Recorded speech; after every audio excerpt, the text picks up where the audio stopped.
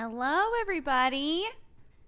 Happy weekend. Welcome to Saturday Morning Dooger. How are you guys doing? Super good, I hope. I hope you're having a lovely day so far. Hi. Yay, it's the weekend. Hello. Does everybody have their drink? Did everybody go pee? Are we all ready? Are we all ready to Google what I'm about to Google? I was going to Google it off camera, and then I realized I Google things on camera all the time. Are y'all ready? What plants grow best in plastic bottles? Which plants are suitable for planting in plastic bottles? Great. According to these pictures, literally anything can grow in a plastic bottle. Wonderful. Isn't nature fantastic? There are 7 types of plastics commercially processed and sold. The following are the kinds that are safe for use in planting.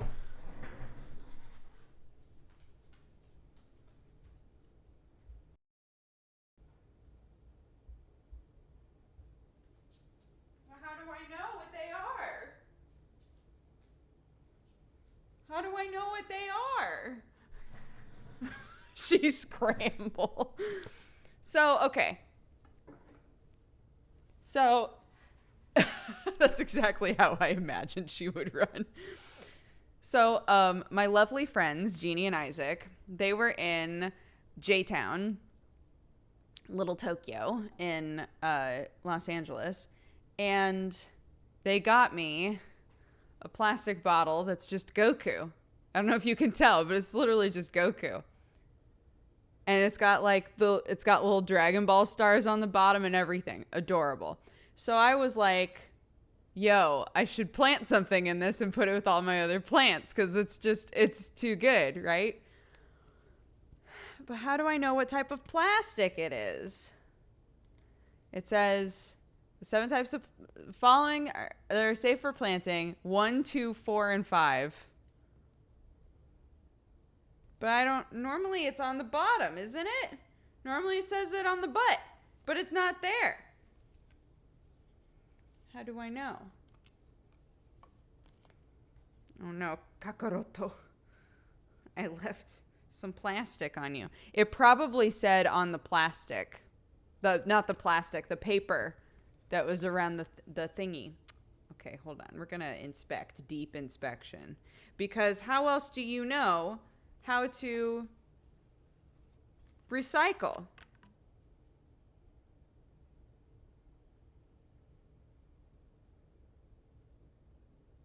The cap says N23. N2360.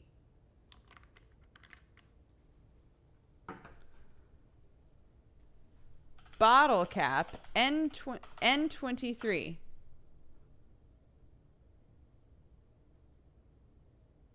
That doesn't help me. That doesn't help me. Cap and bottle should be the same material. But the cap it's I mean, it looks like it's different. Kakaroto. What about this one? So this one was a Neon Genesis Evangelion bottle, but now it's just a lady.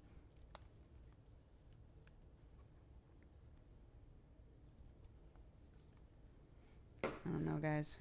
Fuck it. I don't know.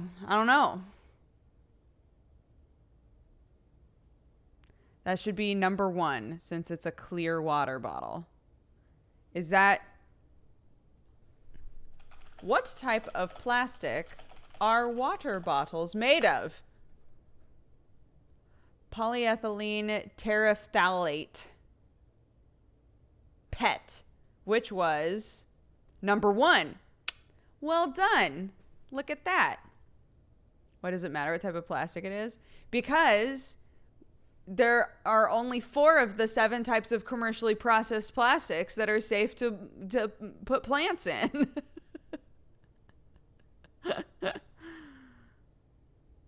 Chat to the rescue. Yo. All right. Great. But now the question is, what do I plant in them? They got these tiny ass necks. I think I'll just cut this off right at the hairline for Kakaroto, right? That makes the most sense to me. But still, it's still like a pretty tiny opening, so I need to figure out what to put in there. And then Rei, poor Rei from Evangelion, I can cut along where the shirt was. There's like a line there anyway, where like the shirt ended. And that'll open it up a little bit. But both of these, I feel like, I don't know. They might just need like, I would say cat grass. But then, yeah, the cats will definitely eat it then. If you aren't eating anything from the plant, any plastic is fine. Because it takes years for the materials in the plastic to leach out. Interesting. Could you plant a carrot in there? Just one carrot in Kakaroto. I like it.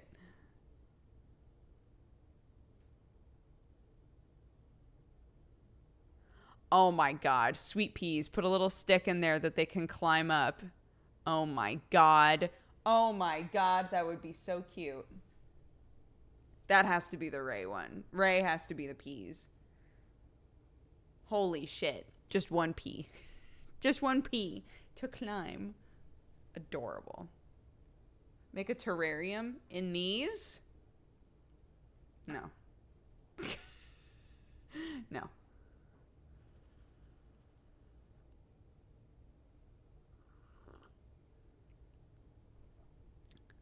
Rei should be a weeping willow. We have a weeping willow on my property in Oregon, and I don't know if you're aware how big those get. They get pretty fucking big. Yeah, I have Globe Sweeper. It's pretty good. To be honest, I just really enjoy normal ass Minesweeper. I'll try all the newfangled sweeps. I'll try them all, but I've never seen that mug before. This one, I've had it forever.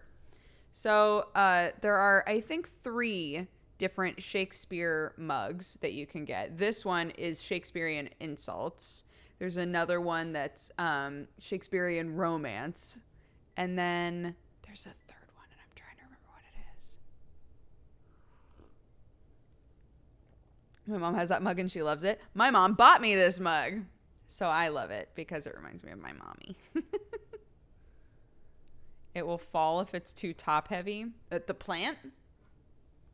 I mean, this one has like the big bulb on the bottom. This one should be fine. This one, I don't know, because we got the titties.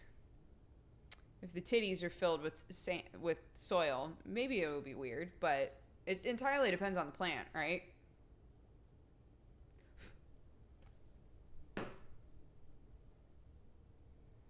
Yeah, and that's the other thing, right? Is that normally they tell you if it's going to be in a sealed off container, you should put rocks along the bottom anyway, so that the water can drain and not like just sit on the roots.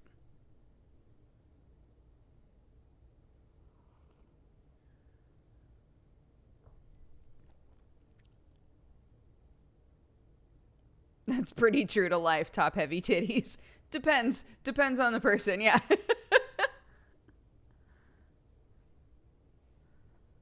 You could also put them into some kind of foam base with cool designs to hold them. That's true. That's true, huh? But then I'll feel like I need an entire collection of oddly shaped plastic bottles with plants coming out of them, which is fine.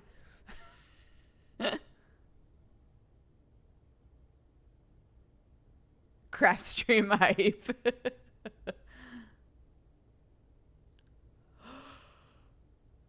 Yeah, I'll look into it. I'll figure it out. I kind of want to have plants in my room, but bugs. I mean, I don't think that like succulents attract a lot of bugs, really.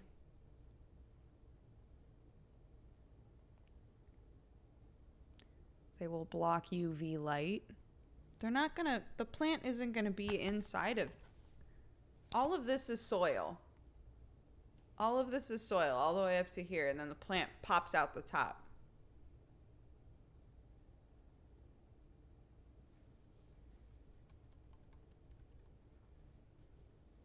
It should be fine.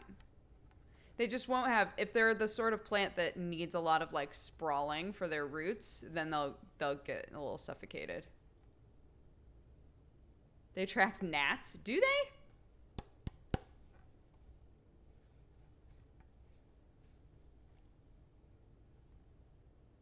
Although, you know what? I could just be like a good plant owner, and I could just like drill some holes in the bottom of both of these. That would also help. I don't know. I'll figure it out.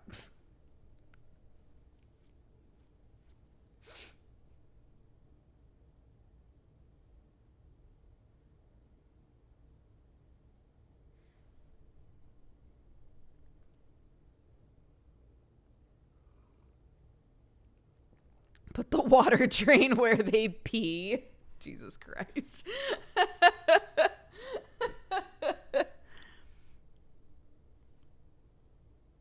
Why are you so bright? Because I'm trying to come up with a good either Dark Souls joke or Hollow Knight joke, or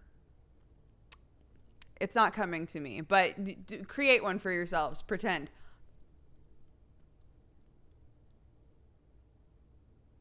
There we go. Great. Just insert whatever the fuck you want there. Acting. Yes, I am a professional actor. Watermelon, watermelon, watermelon, watermelon, watermelon, watermelon. And then put the rainbow above my head. This is now a video. Someone make this.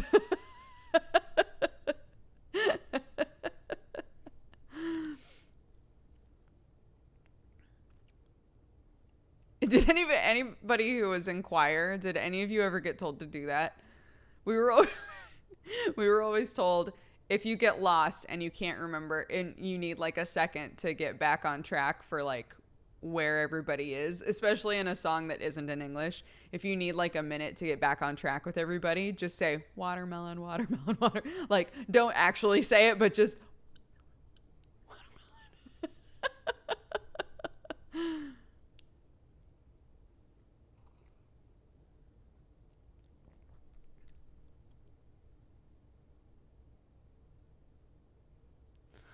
Watermelon elephant, watermelon elephant, watermelon elephant. That's pretty good. Yeah. That like puts your mouth in a lot of different shapes. Somebody might be like, is that person talking? Oh.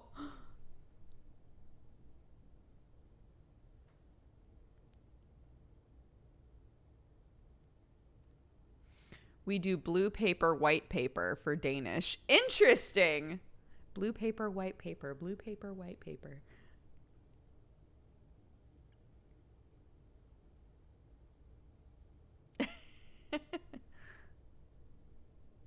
Does it work? You know, I never heard anybody be like, were you saying watermelon up there when everybody else was singing about Jesus? Were you saying watermelon over and over again? I never got asked that, so I assume that it worked.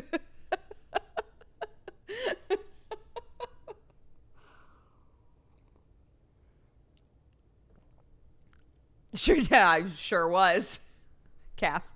Kathy, you got me. Don't think we didn't notice. We saw. We could feel the light of Jesus off of everyone but you. There had to be a reason.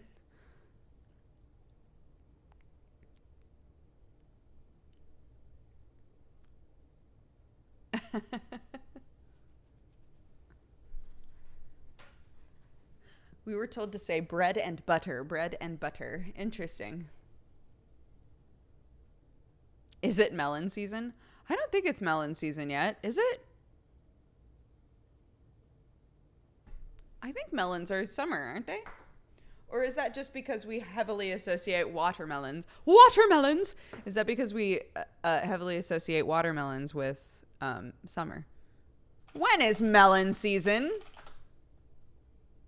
Peak season is May through August. Speaking of gnats. He's like, fuck you, bitch. I do like watermelon. I like pretty much all melon. I like pretty much all squash.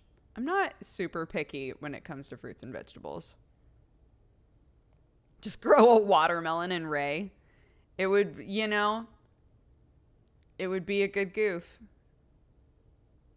Does anyone not like watermelon? Probably. I know people who don't like ice cream, so I assume there's people who don't like watermelon.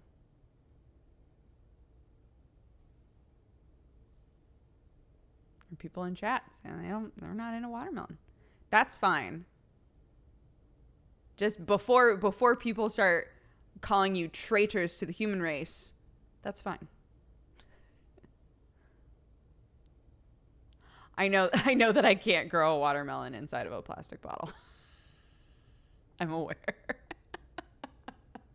Both melons and squash are big, sprawling things. They need much more space than that. Not with that attitude. You know what? True. Here's what I'll do. I'll build a planter box, a real big one, and we'll just put Ray right in the middle. She won't have anything in her. She'll just be the mascot of the planter box. My mom loves watermelon, but she hates watermelon flavored food. I think that's fair. Like, banana flavored things don't really taste like banana, and grape flavored things don't really taste like grape, you know?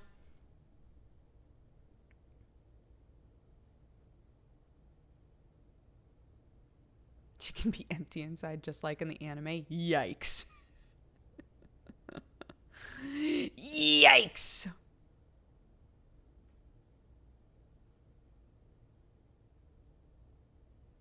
I have heard that before, yeah, that the banana flavoring, like when we taste something that is supposed to taste like banana artificially, the flavor of it is based off of old bananas, not like our bananas now, because obviously fruits are like constantly evolving and mutating. And so the way that bananas taste now is different from how bananas tasted back in the day.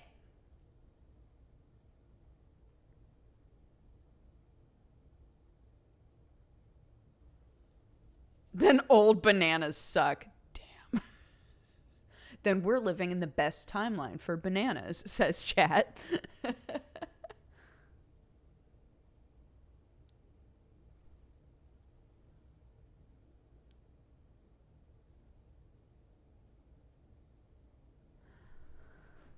Oh. Banana is made from a female plant. They used a lot to get them to grow. The old banana plants got a disease and it wipes them all out. Interesting. A blight that genocided the previous species of banana. Holy shit.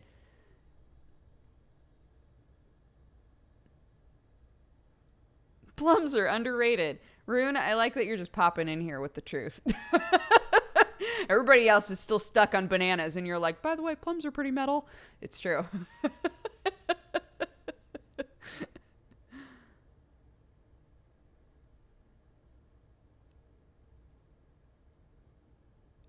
It's currently happening again.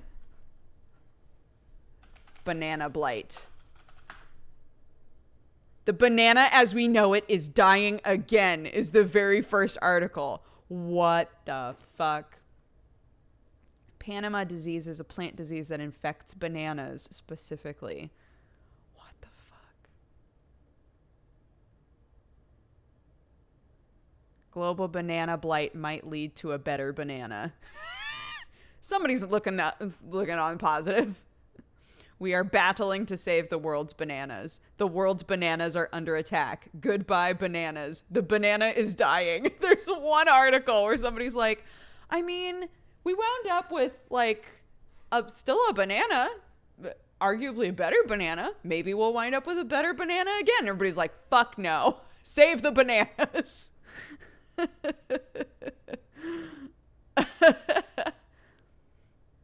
Scientists scramble to stop bananas from dying. Study shows bananas are going extinct. Holy shit. Maybe Sam will like the better bananas. Maybe.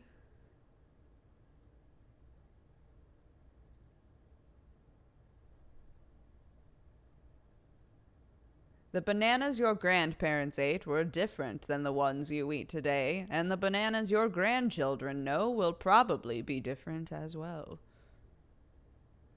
For the moment, we're in the age of the Cavendish, a banana cultivar that accounts for 99% of imports to the Western world. But the Cavendish is in trouble. Like its predecessor, the Gros Michel, the Cavendish may soon pass from our lives, taking with it an entire industry.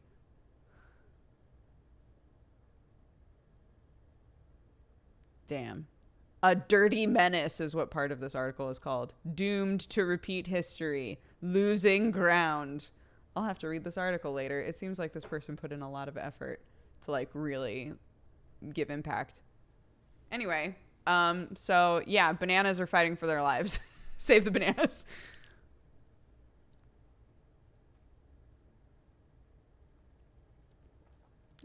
How many times must we suffer through a banana apocalypse before we do something about it? Oh, shit! All of my alerts are off. They're on now. Holy shit. I turned them off because, why did I turn them off?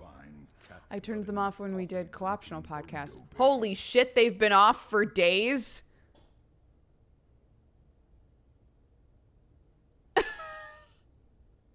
Alerts been off for days? Oh my god. There,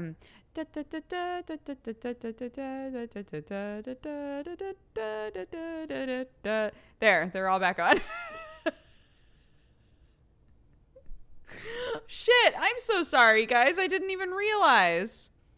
Well, on that note, let's read off everything that's happened in the event list so far because I suck.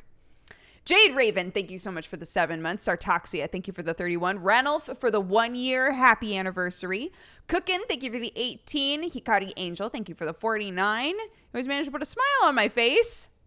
Thank you very much. I'm so delighted. Teo Sim, thank you for the 11. Alex Manson for the 21. Suitor for the 15. Inaya for the 21. Soul Cleaver for the 29. Thoughtful Walrus for the 20. Deep Space, thank you for the 14. Mist and Chocolate, thank you for the 32. Small Tom Gaming for the 2 years. Happy anniversary. Airheaded Angel, thank you for the 29. Adam Nixon for the 2. It's my 2nd month being subbed, and I'm glad I'm subbed to you. You're very kind, and you're always talking with your chat. Thank you. I'm so glad that you're enjoying yourself. Story Searcher, thank you for the 56 months. 56, hot damn. Stat M, thank you for the 6. Inbound Kitty for the 30. Beamer Walls, thank you for gifting a sub to Chalice Selwood. Chalice Selwood. Randomly Generated, thank you for the 9. Happy Twitch Baby. Brandaleon, thank you for the 7. Vira for the 26. Moogle Messiah for the 30. Code Knave for the 22. Sir Lucas for the 3. Clyde Frog for the 11. Miyuvi for the 13. Captain Firebeard, thank you very much for the biddies. How are Sherlock and Watson doing? I've been away from your content for a while. Well, welcome back. They're doing good. Yeah, they went through a recent little spat where they absolutely hated each other, and now they're in love again, so it's great. Talendal, thank you for the 11. The Amnet, thank you for the 15. Gloric TV for the 45. And Aiden Serenity, thank you so much for all the biddies. Oh my goodness.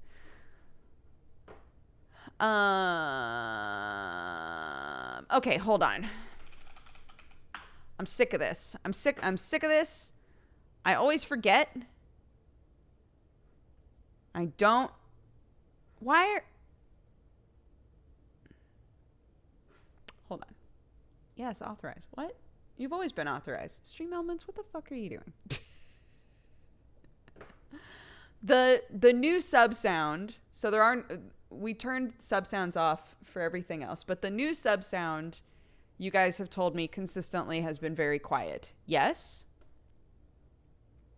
Yes? Okay.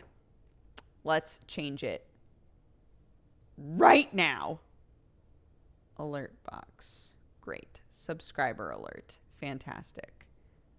this one. Let's put it at, okay, at that, and save.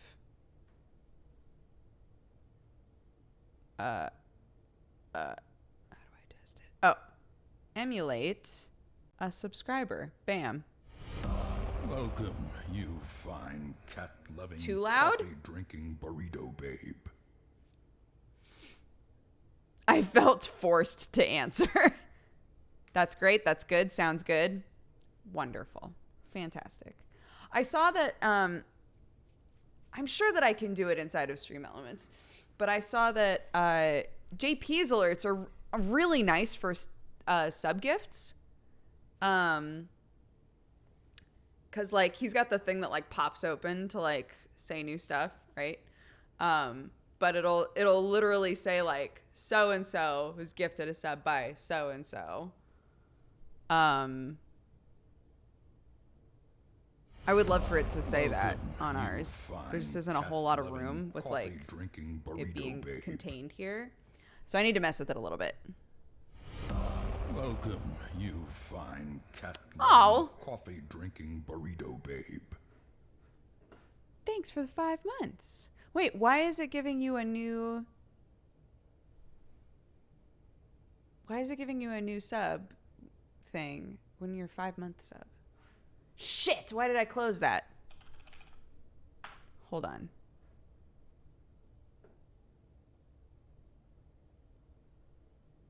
So that one is fine. It might be considering...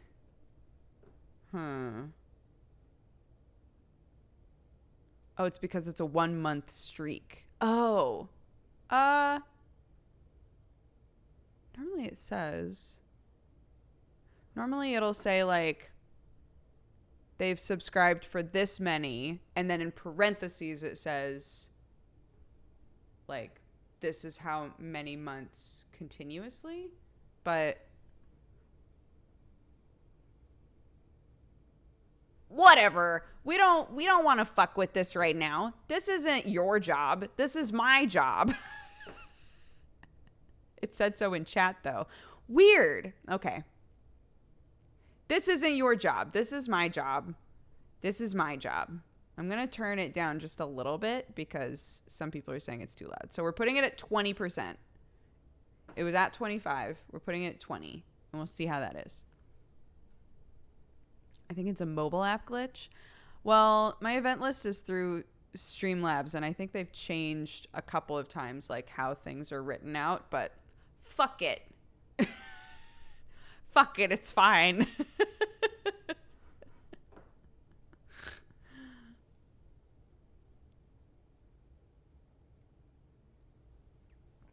I'm thinking about getting a second cat soon. How did you get Watson and Sherlock to like each other? Well, Watson was only like 4 weeks old, so I put her in... There's my daughter. I put her in the bathroom for the first like little while so that she and Sherlock could like sniff at each other under the door. It also helped that Sherlock was like an adult cat, like a chill adult cat, and Watson was a little baby.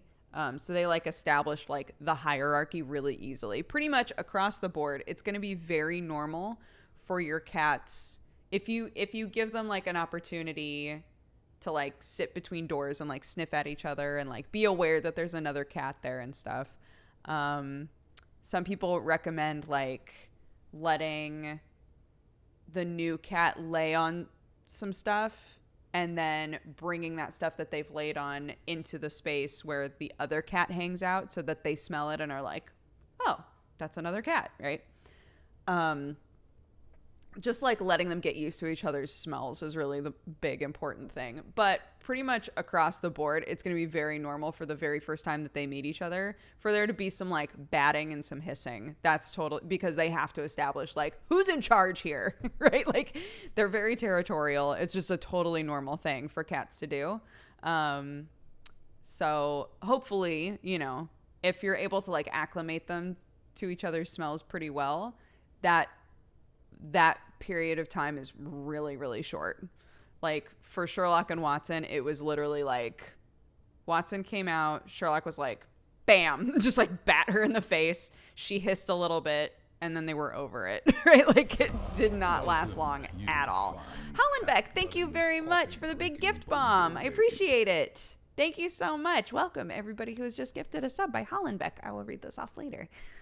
Are they still being weird with each other? Not at all. No, they're back in, like, the snuggle zone. They're back in the snuggle zone. They love each other again.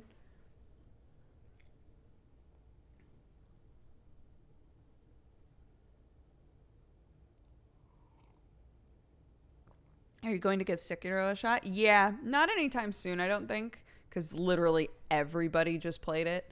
I watched a lot of my friends play it because I felt like, I don't know, I was talking with Sam and I was like, it's more, this is me asking Sam.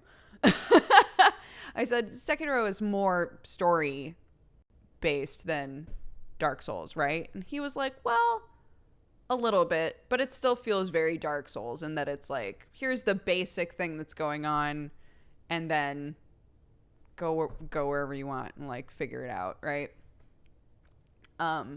So I felt pretty okay with, and maybe if I had been playing it, I would wish that I hadn't have spoiled this stuff for myself, but I literally watched Sam, Octo, and JP all play like lots of endgame stuff. I watched them do a bunch of stuff in Sekiro. I don't know at all what the beginning of the game is like, what the middle of the game is like. Like, I've only seen the end, which is kind of weird, I guess. But also, I feel like sometimes people seemed like they were at the end and were doing stuff that I didn't see at all. And Sam was saying that's because the game is so open. Like, it's really easy to get to, like, basically the end of the game, but having not done a bunch of stuff. So some people, like, basically blitzed certain things and then went back and did a bunch of stuff. So yeah, I definitely want to play it for sure. But I did feel a little bit looser about spoiling myself on stuff with this game.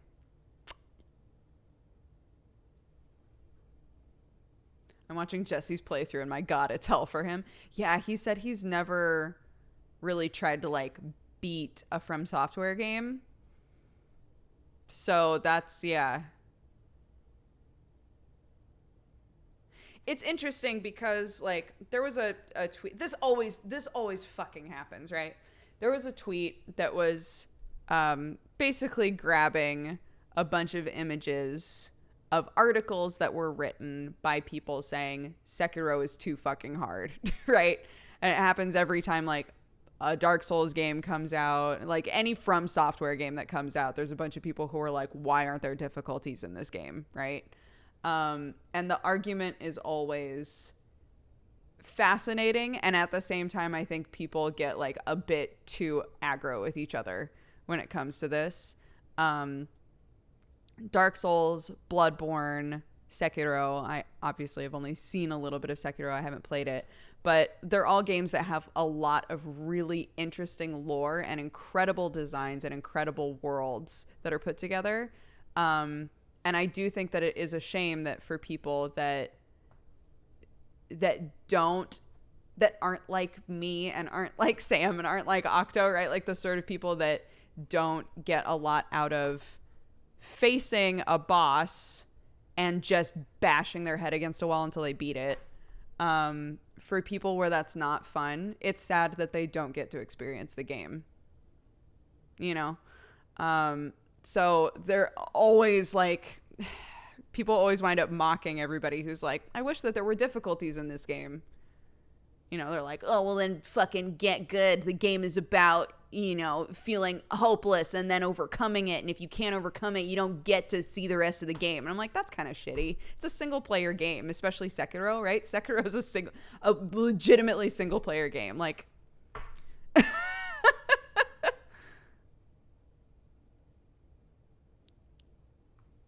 I don't know.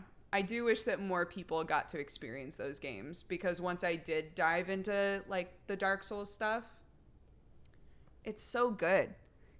They're all so fascinating, you know? But again, I'm the sort of person who who likes difficult fights, right? Especially in the way that From Software does it, where it's like there's not that much RNG involved. Depends on the boss, but a lot of times it's just can you learn their patterns? Can you like become a better version of yourself and like beat this thing?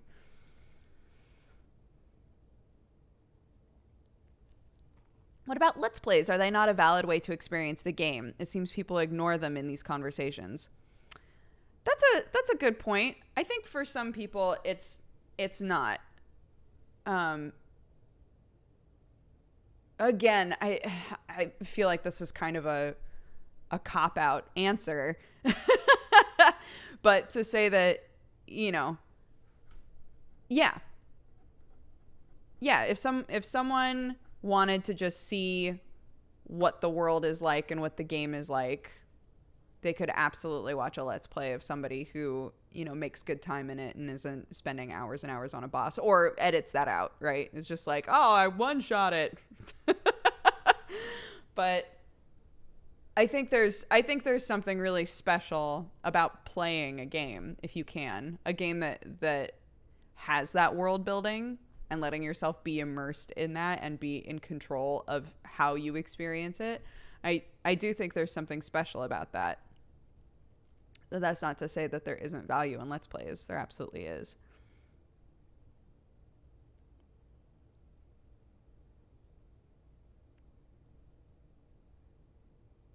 I feel like Let's Plays are really looked down on as ways to experience the game, and I don't like that.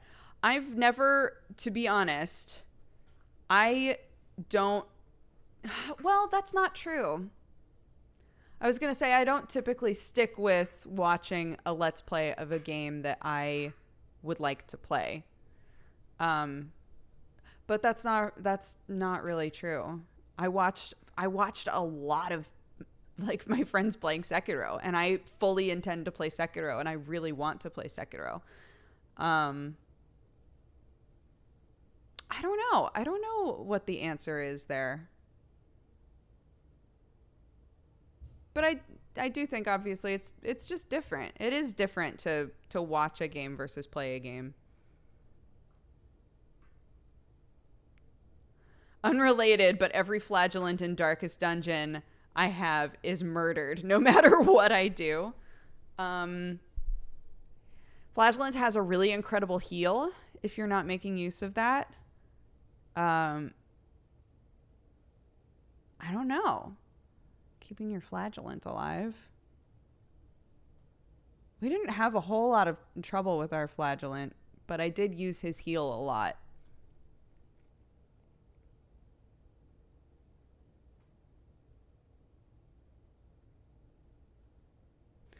Won't watch games that I mean to play if the focus of the game is the story. If the focus is mechanics, like a fighting game or Sekiro, I will definitely watch. I think that that's a good delineation, yeah.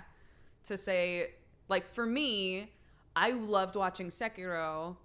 And of course, it was really cool to see the monsters and see the bosses and all of that. But it was really interesting to watch how all of my friends fought differently. That's what was really, really cool for me. And then, like, I'll always watch my friends play scary games because I don't ever intend to play scary games, right? So I think it depends on what you're looking for. You keep saying flagellant, but I keep hearing flatulent. Yeah, you're not alone. A lot of people keep being like, flatulent?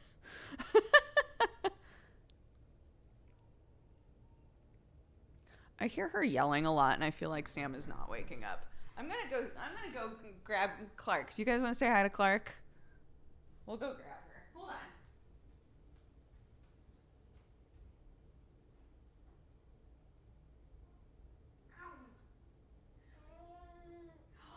Say hello. Can you wave? Say hi. Wah. Say hi. Welcome, you fine cat-loving, coffee-drinking burrito babe.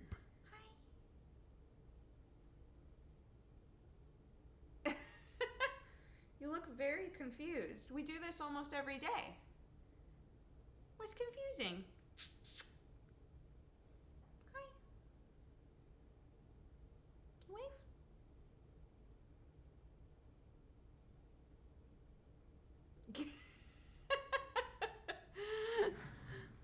She almost looks worried. I know, she does, doesn't she? What's going on? Wow. This shirt is so silly. Can I just say? It's a shirt that says, "Did you just poop?" She literally just pooped. She's smiling like, maybe. This shirt says "Shapes I Know" with a bunch of shapes on it, intended for a 1-year-old. No 1-year-old knows all these shapes, unless they're a shape genius. Are you a shape genius, my love? Are you a shape Are you a shape genius? Yeah. Yeah. Here, can you show everybody how you can walk? No, you don't want to? Where are you going? Come here. Yeah, come here. You can do it. Come on. She's like, no, I don't want to. That's a lot of work today. Nope, we're not eating cords. It's scary how fast babies can crawl. Yeah. It is. You crawl so fast, Clark. I don't think you realize. It's horrifying. It's horrifying how fast you can go, huh? Is there a weird stutter? I don't know. Is there? Is there, Clark? How? How?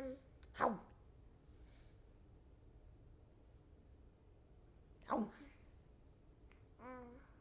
Ow. Can you go? Mwah.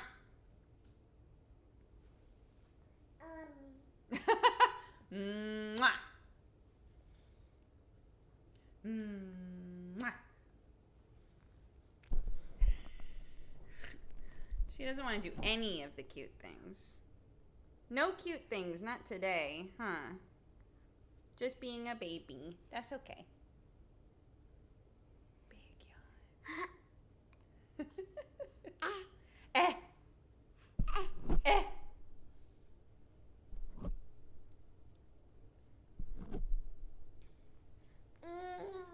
I know. Okay, we gotta change a diaper, don't we? We gotta change the diaper. We gotta change the diaper. We have to change the diaper. So, let's do a proper BRB. I know we're only an hour in, but we'll go change a diaper, huh? And then I'll hand you off to Daddy. Say bye-bye. Say bye-bye. She don't want to. She don't want to. BRB. Bye-bye. All right. We're back. Oh, a new song literally just started. Ripping pepperonis. She took a big old poop. It's the truth. Sweet, sweet girl. Literally, the second that her diaper was changed, she was so talkative. Huh? Didn't you? Didn't you take a big old poopy? Look at my family. Look how cute they are. Just woke up. Look how cute you guys are. I just woke up. Huh. We love these. I can't remember who it was that sent those stud muffin bibs to us, but we love them. They're so good. Huh. Get to be a superhero. Cutie pie. Beep, beep. Come on. All right. Love you both. Captain Baby. I can't believe Sam has a face. I know. Illusion ruined.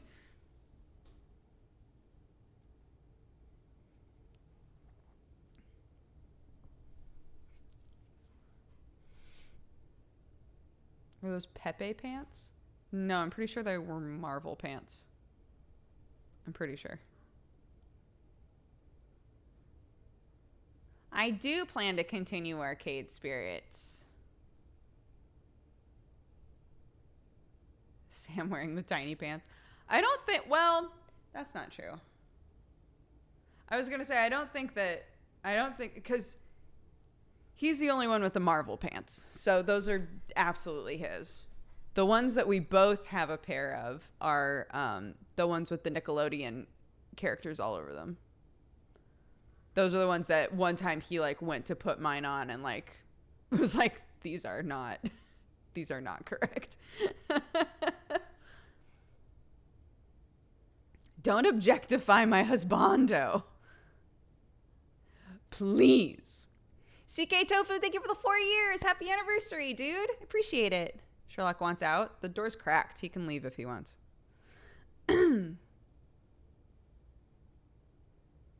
His clothes are your clothes, too. I do wear a lot of his clothing, to be fair. It depends on the day. It depends on how I'm feeling. I don't wear his pants, but I do wear his t-shirts often. Marriage means one closet. If only I was just a little bigger. Ever so slightly. If only I was ever so slightly bigger, we could both share all of the same clothing.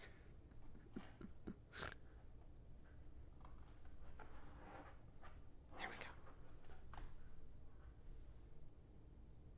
I casually stole a bunch of my husband's shirts to wear as pajamas.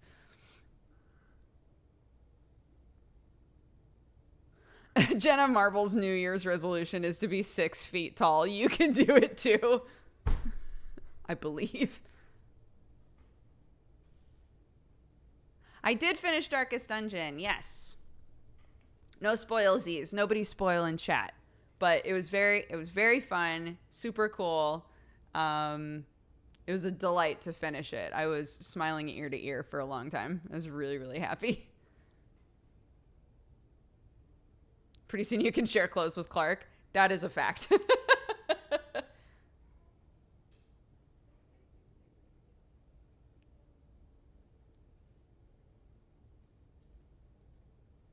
What % of the clothes that you bought for Sam are yours now? I'm at like a 50% rate of buying Sam t-shirts. And like sometimes he likes them and sometimes they wind up being mine.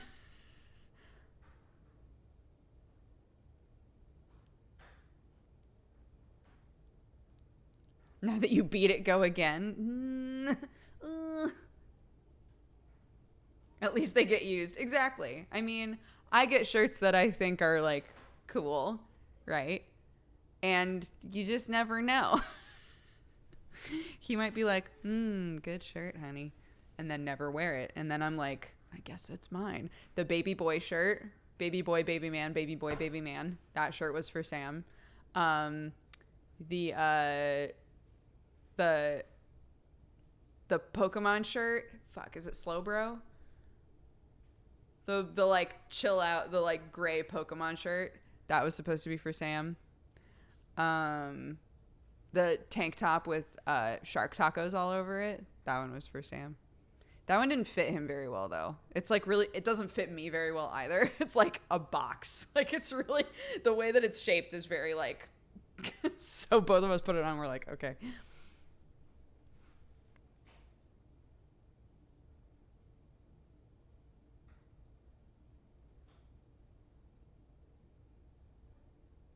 No spoils for Darkest Dungeon in chat. Shut it down. Some people haven't seen the VOD yet. I got my house cat t-shirt a few days ago and I love it. I was worried about the size, but it ended up being perfect. I hope you guys add more designs soon. I want more. Thank you. I'm so glad. My sister buys her husband's shirts in full intent of stealing it. I don't do that. I swear to God, I don't buy shirts for Sam thinking to myself, well, if he hates this, I'll just wear it. Like, I get him. I literally get you shirts that I think you're gonna like, and sometimes I fuck up and you don't like it. Do you believe me? Your ratio of wearing your own clothing to mine is like 20 to 80. 80% my clothes. No. Yeah. No. 100%. No. Yeah. No. Yeah. I'm wearing your hoodie. But I'm wearing my t-shirt. I'm wearing my t-shirt and my pants. How dare you? Can we talk about the pants? I'm curious what they are. They're Fabletics. Ugh. They're Fabletics leggings. They're really long on me, but they fit me in the hips correctly, so I'm happy with that. And they've got a little pocket in the waistband that I put my phone in, and I can put like a debit card or something in there if I don't want to carry. I'm really, ever since I realized that Fabletics sells leggings with pockets, I don't know that I can ever get leggings without pockets again. It's insane. The purple ones that I got from them as well. And they are like Fabletics leggings. I deliberated for a really long time before I got any, and I waited until I had a thing that was like, you can get 1,000,000% off of these leggings today. And I was like, okay, because I just can't, like, you can get leggings for like $1 somewhere, you know? Like they're not, it just didn't seem like it was worth paying that much for them. But holy shit, I've been wearing them like every day. Like they're so nice. So yeah, these ones have a waistband pocket, and then the purple ones have a waistband pocket, and then they also have a pocket right here that your entire phone lengthwise can fit into. Holy shit. It's so nice. I was like, somebody over there was like, you know what people are gonna lose their shit over? Leggings with pockets.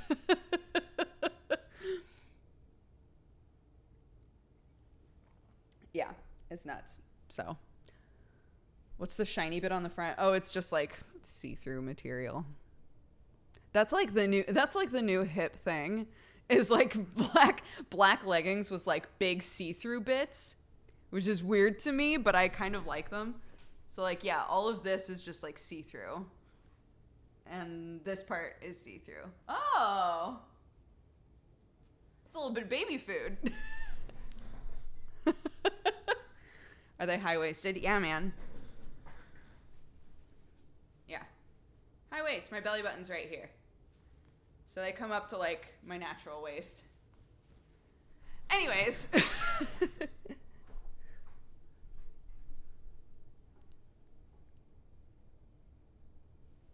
You found baby food? I did. It's because, well, I don't have to explain myself. I'm a mom, and sometimes you wind up with food on yourself that your child was eating.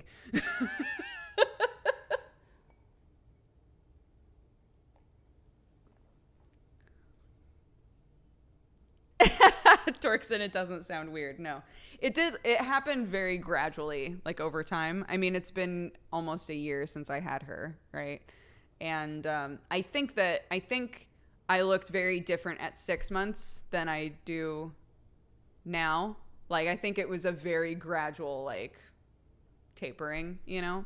I didn't immediately go, I need to work out and get rid of this. It just kind of naturally happened. And I have to be so active to keep up with her because she's crawling everywhere, and I have to, like, chase her all over the house. So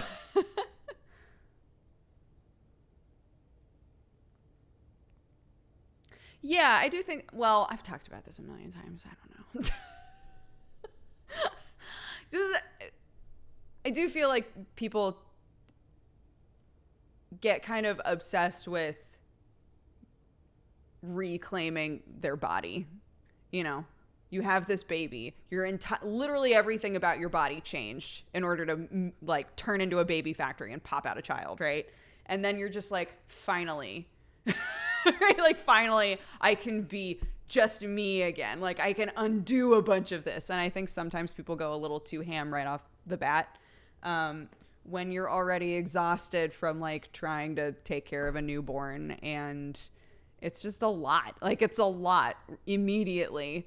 So yeah, I let myself just kind of see how I did without really worrying about it too much over the last year. And yeah, it's a second stage boss form, kind of.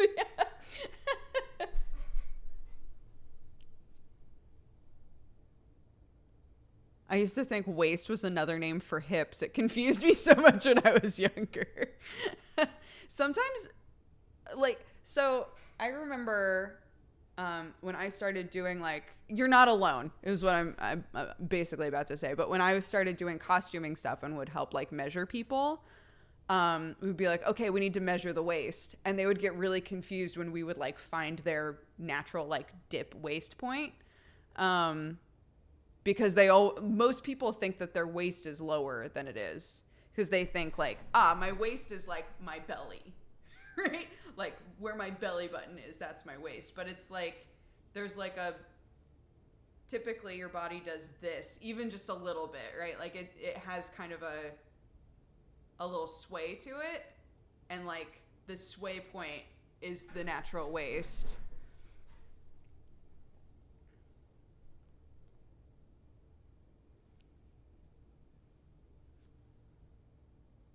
So like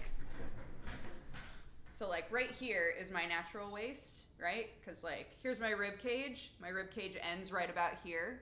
And then it, like, sways out to become my hips after that. And then your, like, whatever your widest point is on your, like, in here is what you measure for your hips. And now you know.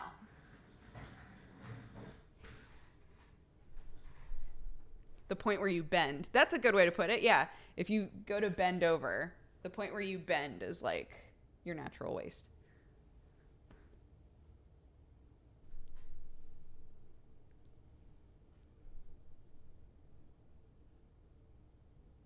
At my knees?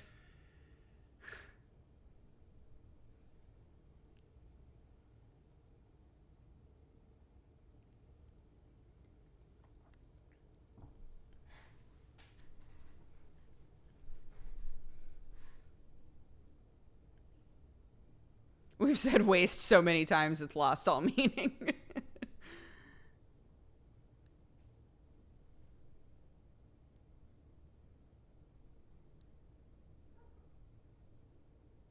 My natural waist is much lower than yours, I guess. Yeah.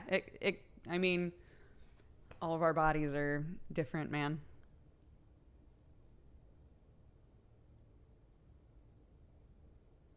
You mean my waist isn't just below my butt?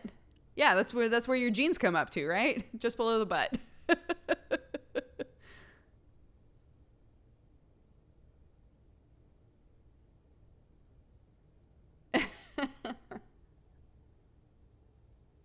Remember when the hot topic was bananas? Yeah, remember when we were talking about how bananas are dying?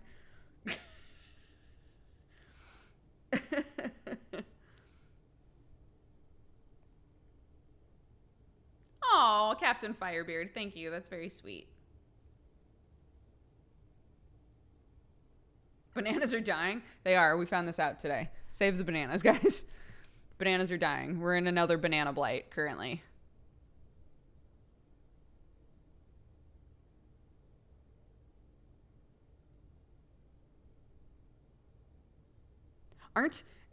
People were saying that bees are actually, like, on the up and up now.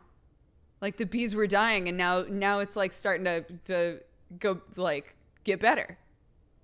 Right? Bees are coming back. Bananas are dying. Bees are on the rise.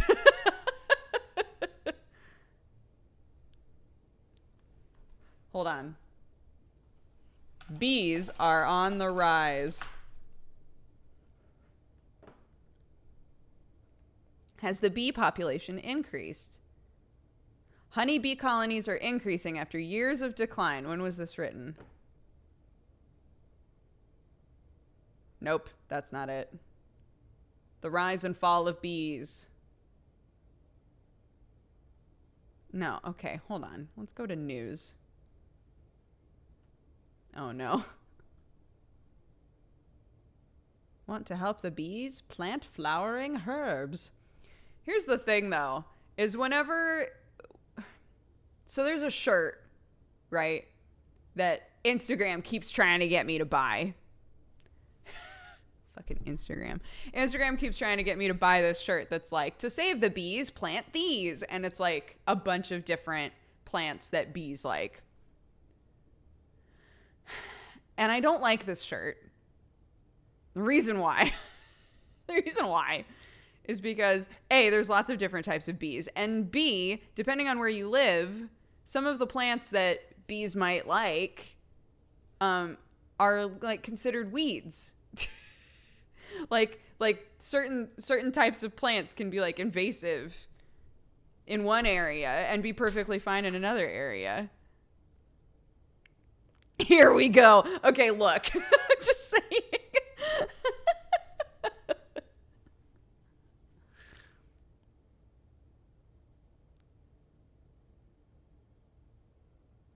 They probably didn't even ask the bees. Son of a bitch. Are we helping to poison the bees? Asks Sierra Magazine. Can bees truly rely on humans? Asks the European scientist. Morgan Freeman turns a 124-acre ranch into a bee sanctuary. That was written on March 25th, 2019. What the fuck? He's 81? Fuck me. He shared his experience in beekeeping and the need to save wild bees. Freeman imported over 20 beehives from Arkansas. He works to feed the bees sugar and water. He also plants bee-friendly magnolia trees, lavender, and clover. He does not wear a bee suit or hat and has never been stung. What the fuck, Morgan Freeman? According to Freeman, he will only feed them. He has no intention of harvesting the honey. What the fuck, Morgan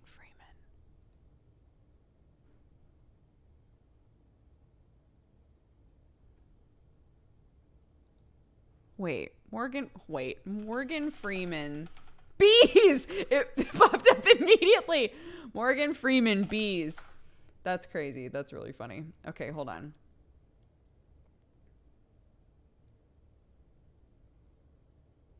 Converts Mississippi ranch into a bee sanctuary. What the fuck? Amazing. They read your tabs. You know what? It's true. You know what? It's true. The government is reading my tabs. And then they're like, I bet she wants to know about Morgan Freeman and bees.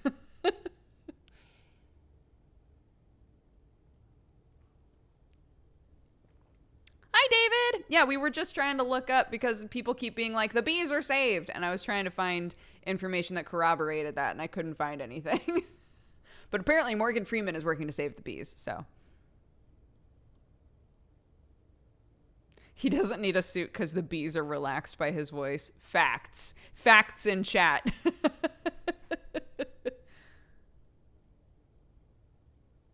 Morgan Beeman. Bam. And there it is. There's the goof that rocked a nation.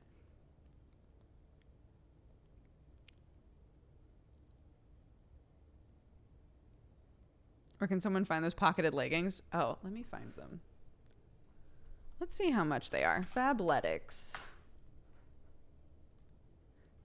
So I did a deal. I was talking about this before.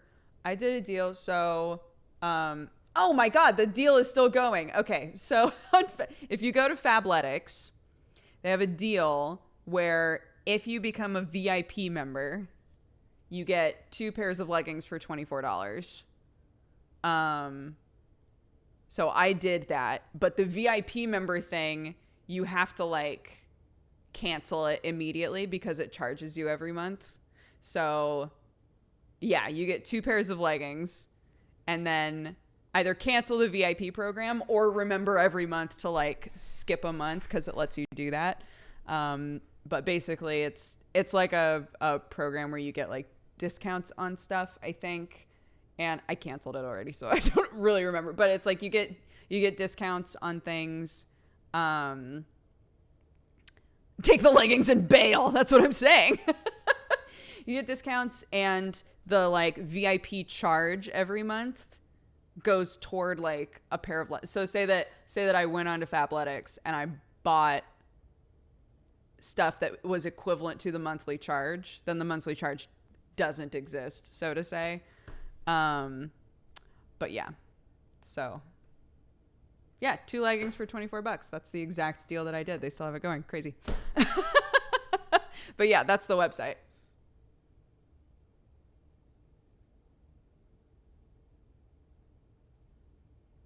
$24 for 2 pairs of leggings.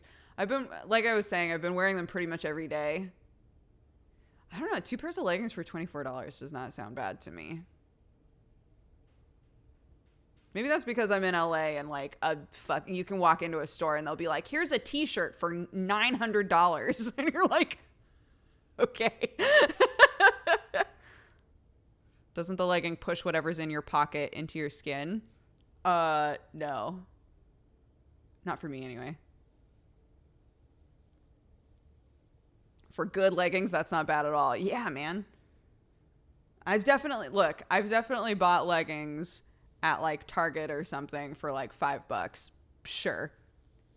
They ripped real fast. They ripped real fast. So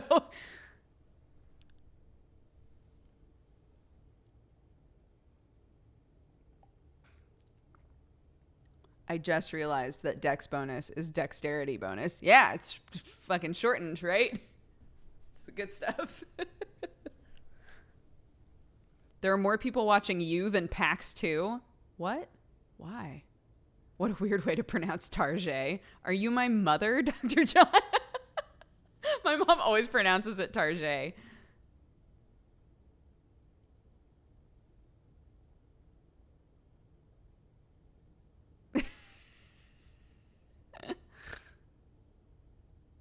What? Why? Dr. 2019? I'm just saying, like, I don't. Hi, everybody. Bam.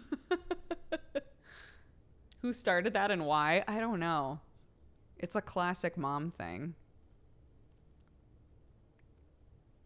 If you're dex bonus, what do you think Strippin and Clark are? Sam is obviously strength bonus. Clark is charisma bonus, 100%.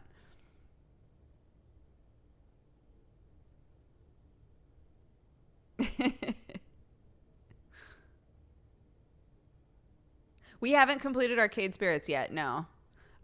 Last Thursday we played Outward. And it was, or last Wednesday. Yeah, last Thursday. So 2 days ago. Anyways. We played, Octo and I played Outward. And I didn't expect it to be as punishing as it is. We talked about playing it again and like having a better idea of what we're getting into basically. But yeah, it's a difficult game. But the way he plays games might be endurance bonus. But out of the like standard, what are the 5? It's charisma, intelligence, wisdom, vitality, strength, dexterity. Sorry, it's more than 5, isn't it? Wait a minute. Constitution. Shit. A constitution is vital. Yeah. Constitution. Okay, wait. I'm trying to imagine the list on a D&D sheet. Strength comes first, then constitution, then dexterity, then wisdom, intelligence. And charisma. Yeah, so there's 6, right? Yeah. Strength, dex, con, and yeah. Yeah. Okay, great.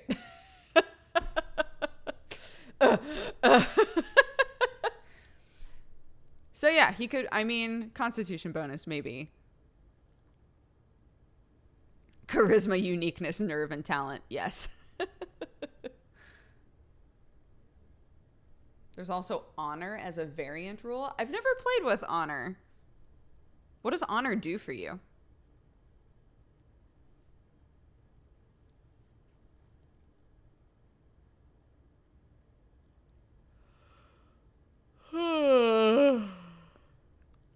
What would your dump stats be?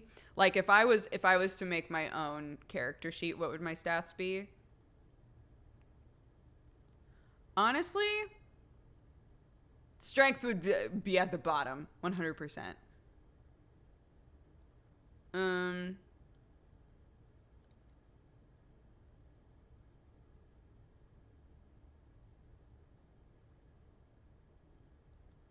I don't think intelligence and wisdom would be very high, but that might also just be me not being too hard on myself, I guess.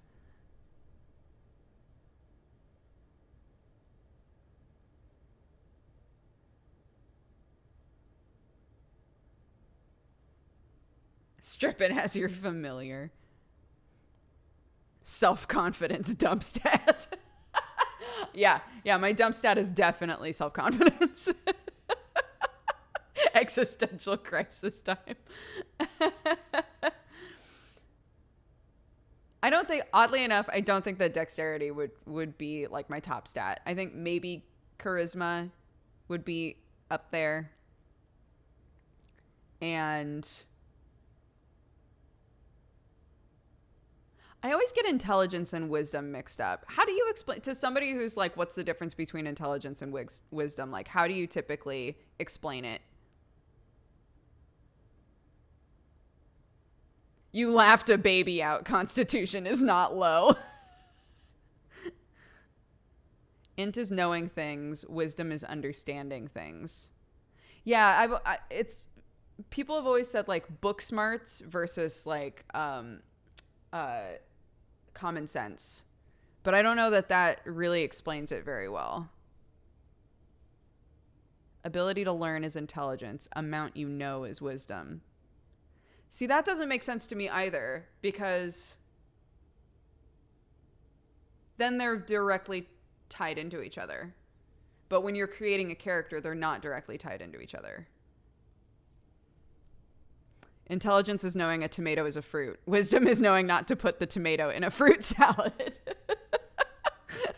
Common sense, wisdom, common sense. Intelligence, book smarts. Yeah. That's really funny. I like that. A lot of you said that. That's really funny. Is that like a common thing? The tomato thing? That's really funny.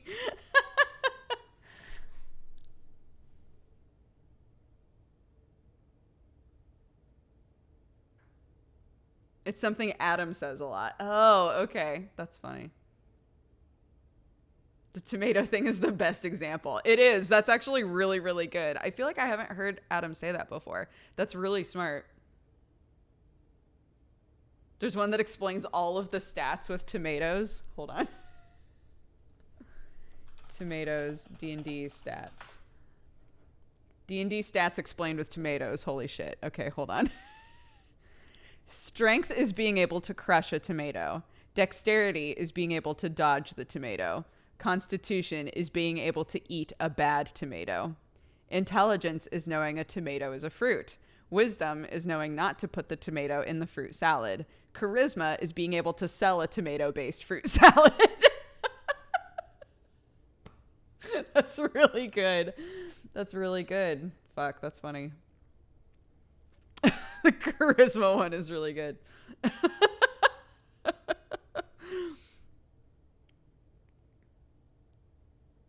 An oldie but a goodie. I love analogies. Yeah, man. Analogies are like directly tied into making something accessible, right? I know that somehow I've managed to bring up Mindhunters like 3 streams in a row, but I've been watching Mindhunters, okay? And there's like a whole scene where they're trying to explain like what they do, right? So Mindhunters is about the first people to say like, hey, we should study serial killers. We should study the psychology of serial killers to learn what's going on in their heads, and then we'll be able to identify and understand future serial killers, right? And at the time, apparently that was a fucking crazy idea, and everybody was like, this is a waste of time, right? So it's actually like a really fascinating show, and it's really well written, I think. But there's a whole scene where they're trying to explain the psychology of what happened in a murder, right? And they're trying to explain it to a prosecutor. And everything that they say, the prosecutor's like, I don't even understand this. How the fuck am I supposed to get a jury to understand this? Right? Like, how do I make this information ingestible for normal ass people? And it winds up being like a long conversation that like takes place that like pops up often. It's a Netflix show. I fucking hate the intro. Can I just say? I really hate it. I really hate it. It does the whole like normal, flash of something gross, normal, flash of something gross, right? Because it's a show about serial killers. The flashes are so brief that I really hate it. Like I have to skip it every time or just not look at the screen. And I don't know why. It's not that I hate the image that they're showing. It's that it happens for such a split second that it makes me extremely uncomfortable. I don't know why. It's just really weird. The show is called Mind Hunters.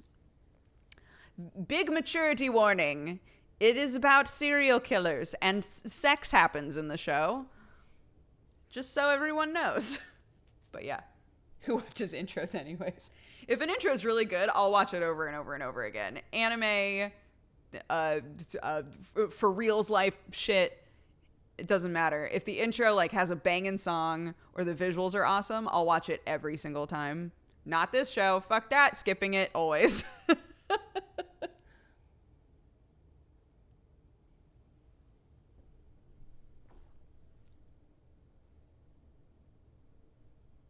I did like the Dexter intro. I liked the Dexter intro a lot.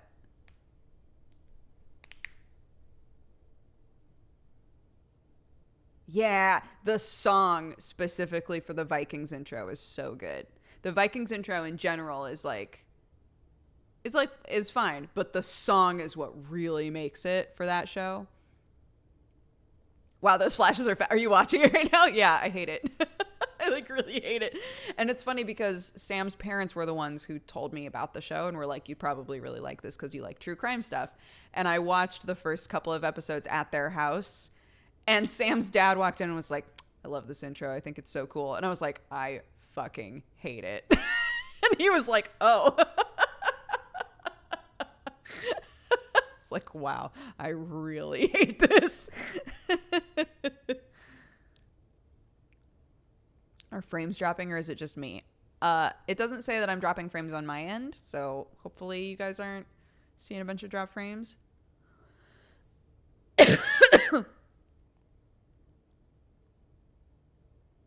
I always watch videos because I sing along, even when it's just music. Oh my God.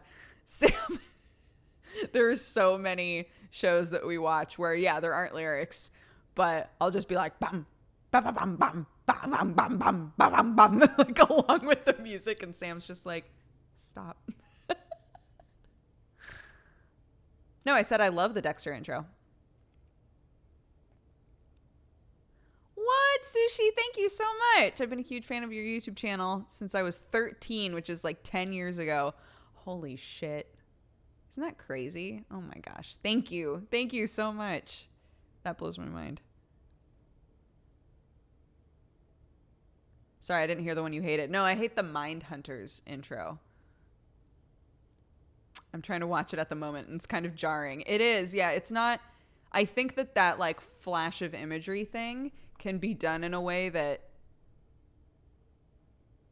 is like interesting. It's not for this one, I don't think. I really don't like it. I don't know why. I don't know what it is.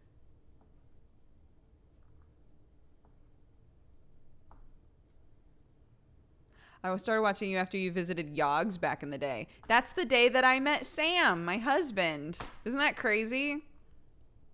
You started watching me the right when I met my husband. Duh.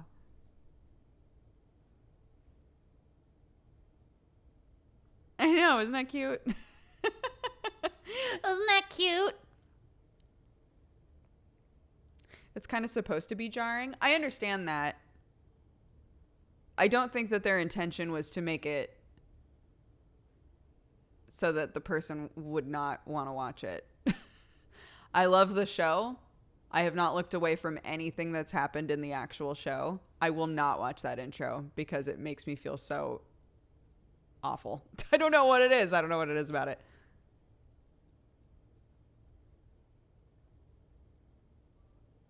I think I started watching when I was like 12 or 13, and now I'm 24. That's nuts. That's nuts. That's a lot of nuts.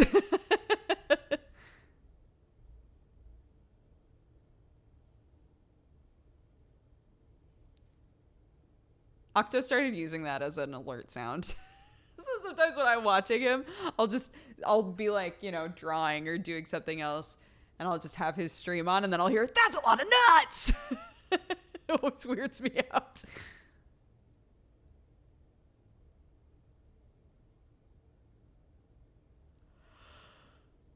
Man, that's crazy. I started my channel summer 2010, I think. So, yeah, that's crazy. Any of you who have been watching me, like, since really early on. It's been a long time, man. That's nuts.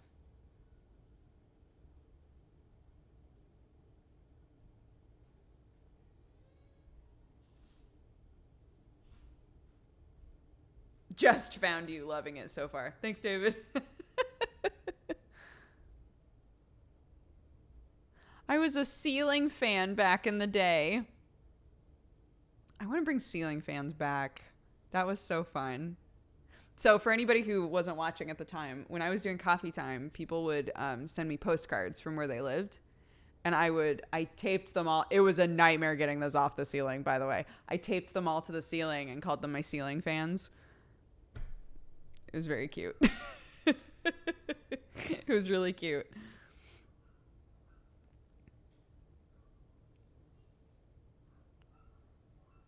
I think my mom came up with that, if I remember that. If I remember correctly. I think my mom was the first one who was like, they're like your ceiling fans.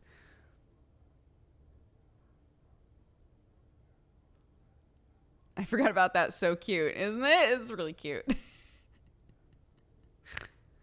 Did you play on the Guild? I was on a episode of the Guild. I think it was only one episode. Maybe it was.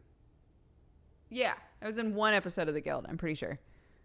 YouTube linked me to the video where you first started talking about dating Sam for some reason yesterday. Seeing y'all now makes it the cutest thing in the world. You better be happy forever. Thanks. That's the plan. That's the plan, is to be happy forever, right? Yeah, the Guild is on Netflix now. Isn't that crazy? The I have a boyfriend vid is legendary.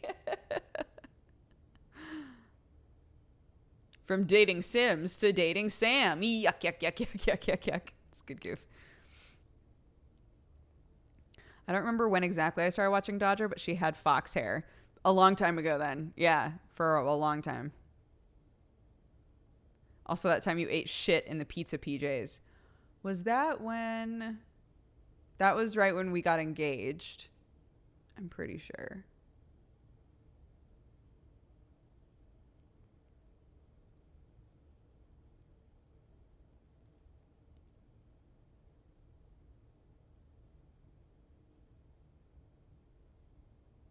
It was the Until Dawn stream. Yeah, I think that's right when we got engaged. I'm pretty sure. Which is crazy.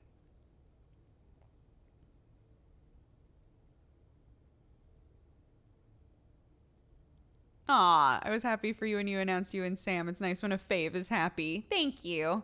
Thank you. I also like being happy. I'm generally a happy person, fortunately.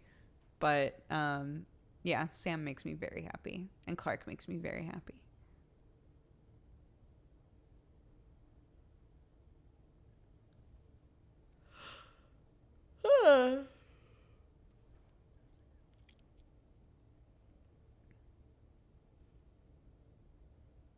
Any plans for Borderlands 3? I'm going to ask Terry if she wants to play it with me since we did Borderlands 2 together. I think it would be really fun to play Borderlands 3 together.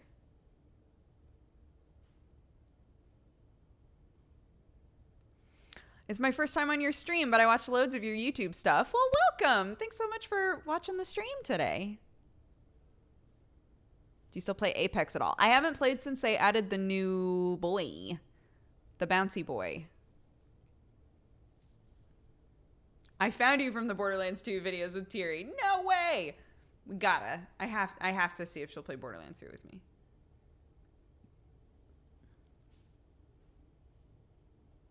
Bounce Man from Mega Man? Yes. They put him in Apex. The most incredible crossover of our time. Did you see the pack stream for Gearbox? I did not. I have not watched any pack stuff at all. I was talking with Sam yesterday and I was like, I'm so out of the loop when it comes to con stuff now. Like, I don't pay attention at all to when conventions are happening. I don't pay attention at all to like the information coming out of conventions until I like go on Twitter and see a bunch of people talking about something.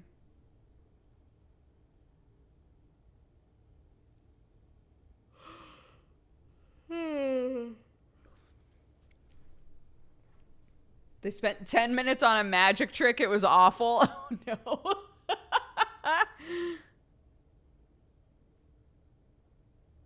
New Siren is a super buff lady, just like you like them. Hell yeah.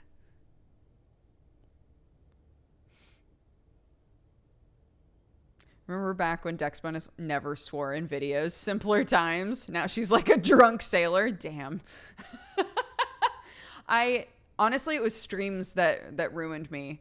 I was really good about not cursing in my videos ever. And then when I started streaming, I was like, I don't really care if I curse during streams. Because YouTube is like my primary thing and I'm not streaming that often. Like, who cares? And then the way that I behaved on streams started to leak into my YouTube videos and then it just all fell apart.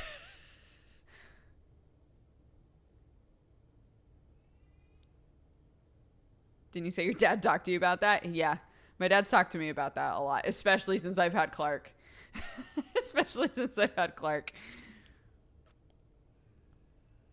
So it was a stage persona. A bit. Yeah. I wanted to make sure that my videos could be watched by anybody. And I still feel like it would be better if it was like that. Even my streams, I think to myself a lot, like, I should not curse as much as I do on my streams because I know a lot of people who are like, I'm watching with my child.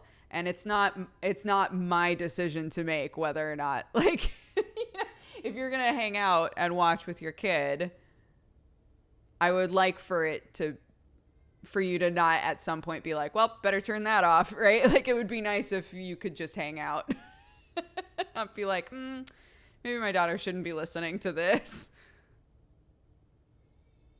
I hear a little one in the background. Yeah, she's complaining. I don't know why. It wasn't a viewer's daughter. Well, that might have happened separately. I don't know. But somebody came in a while back and was like, I pulled up your stream for all of the kids in the hospital ward that I'm watching. And I was like, what? And it was amazing. I was like, that's so cool. But at the same time, I was going, I can't curse. And I cursed so much. So I said that I would donate money for every time I cursed. It was bad. But at the same time, not bad because they got a big fatty donation from me.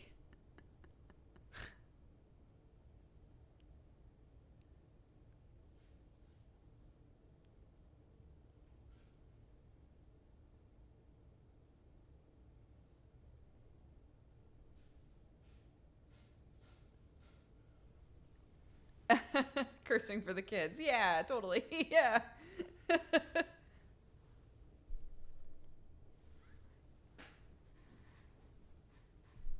Rip all your money. It's fine. It's good. It was for the kids. I should start streaming with a goal to not curse. Yeah, maybe we should just always have it set up that way. Like, for every time that I curse, it goes down on a thing. And at the end of the year, we donate all of the money. All of the money that's collected from me cursing throughout the year. Dodger bankrupt. Fuck, you're right. For the bees. For the bananas. Save the bananas.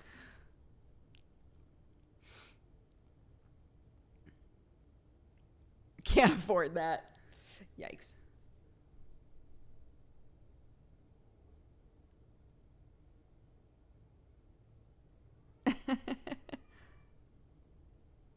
Have a swear jar bit cup. Yeah. We could put we should have a jar. We should have a jar like up there or something. A swear jar. When Clark grows up, what hobby do you look forward to doing together? I don't know. I definitely just want her to. I would love it if she got into gardening, because I loved gardening, and I want to have it wherever we move next. I want to be able to have a garden. I would love it if she got into that as well. I would love it if we could cook together. I think that would be awesome. But yeah, I don't know. Building Gundams, obviously. I feel like the pieces are so tiny and they require such like precise movements to click things together that yeah. I feel like Gundams are a preteen to teen thing, maybe. I don't know. Do any of you guys have kids that do Gundams with you? I'm curious now what age kids start doing Gundams. I am a kid. Awesome. Welcome. I'm sorry about my swearing.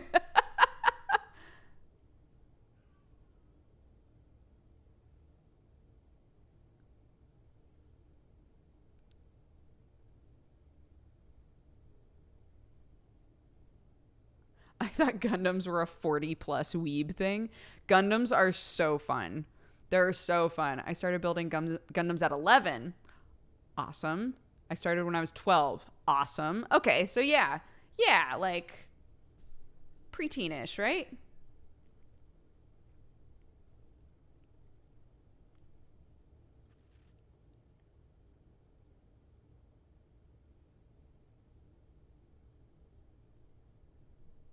Gundams hurt the wallet, but they're very fun. They are very fun. I agree.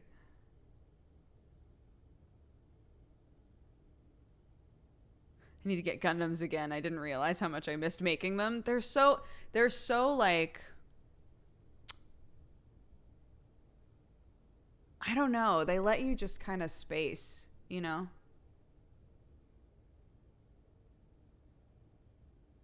Put her on Warhammer. You'll never have to worry about anything bad. Yeah, speaking of things that break the bank. Yeah, Clark, you should get into Warhammer.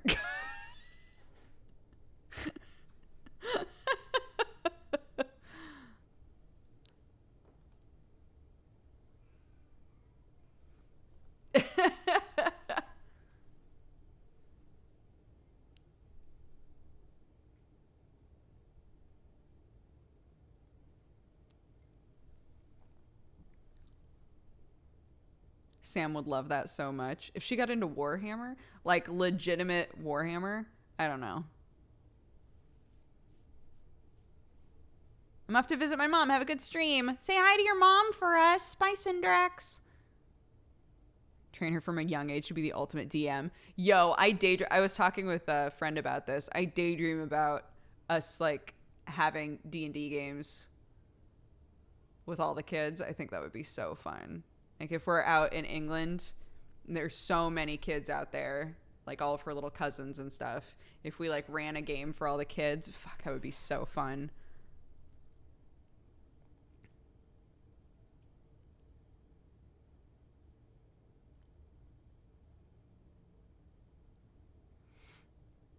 Or consider this actual Warhammers. Oh, damn. Why are there so many hammers on the wall? I mean, they're beautiful. Clark's very into Warhammers.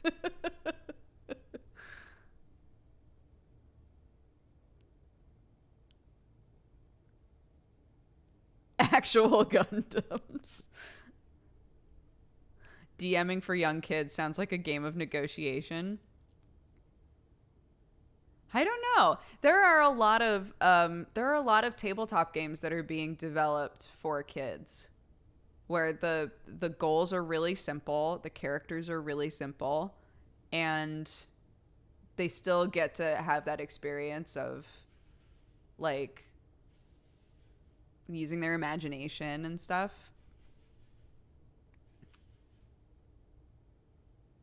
I'm trying to remember. There's one that Adam and I were talking about where everybody plays like an animal spirit, like a yokai, basically, like little animal yokai, and you go around solving problems for people in a little village.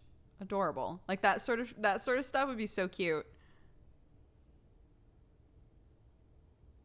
My boyfriend DM'd a game with children.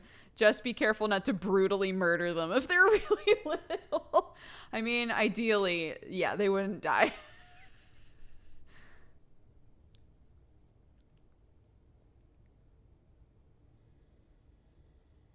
Please look up Honey Heist. Your only two stats are criminal and bear.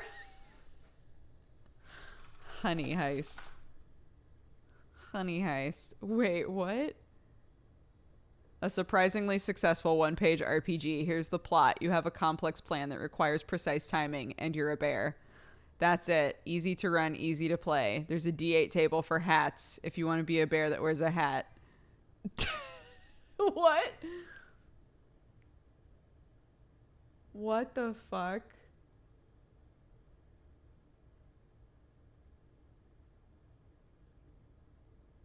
The Critical Role folks did a couple Honey Heist games. If you want to see it in action, oh my goodness. This sounds like a Krendor game. It does.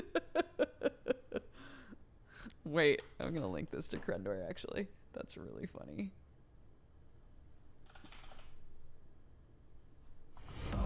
Welcome, you fine cat-loving, coffee-drinking burrito babe.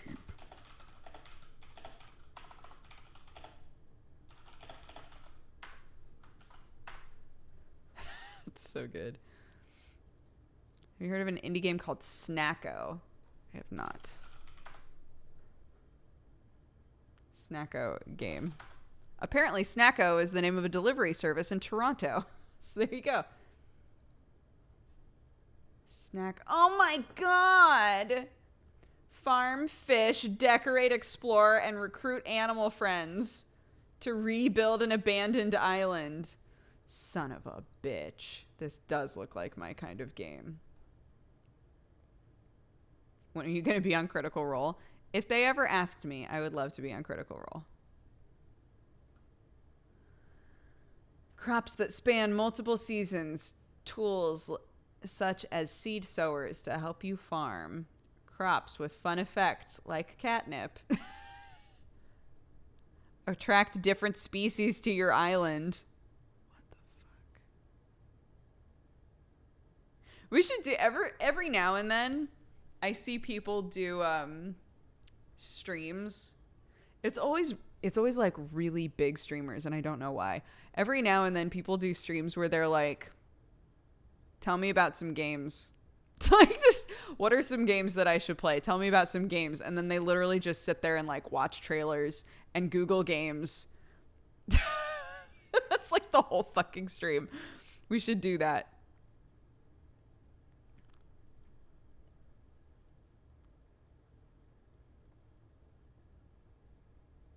Yeah, it's market research. Exactly.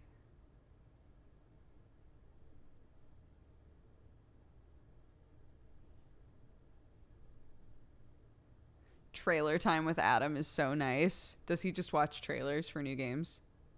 That sounds cute. That sounds cute and wholesome.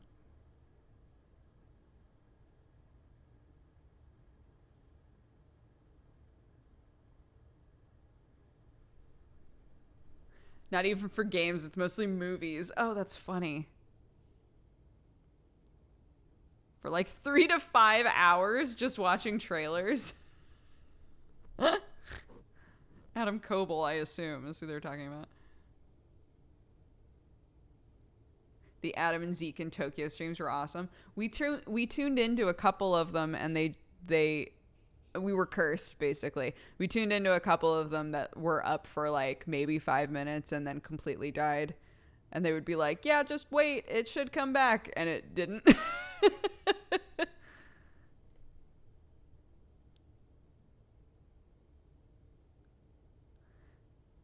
Adam overanalyzes everything, so it's pretty entertaining. That actually sounds pretty funny. Oh, Snacko is still in development, but the husband and wife working on it are super sweet. Adorable. Who is Adam? Adam Coble is a friend of ours who is a DM for the role play stuff, which is the D&D stuff that happens on It Me JP's channel. So he's great. He created a system called Dungeon World. He's a co-creator of it, I guess. And yeah, he's just lovely. He's my short friend. He's great. He's a lovely DM.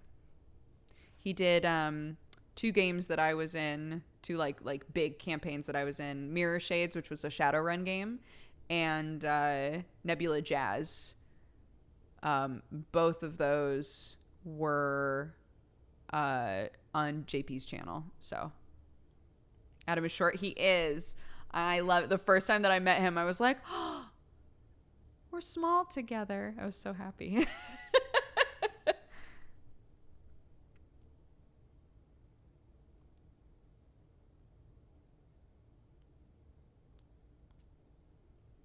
It's really cute when he and Sam stand next to each other.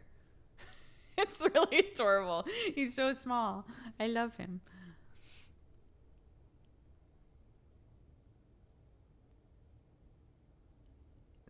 Adam is short. I didn't know. He has such a big personality. That's what people say about me sometimes. But I feel like I talk about being short often enough that people know. Most of the time people know.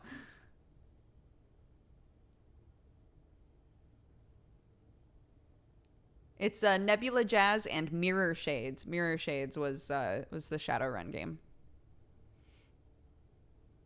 I played Breakdown.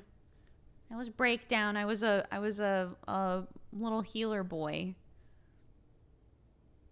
I was a dove shaman. A Shadowrun dove shaman.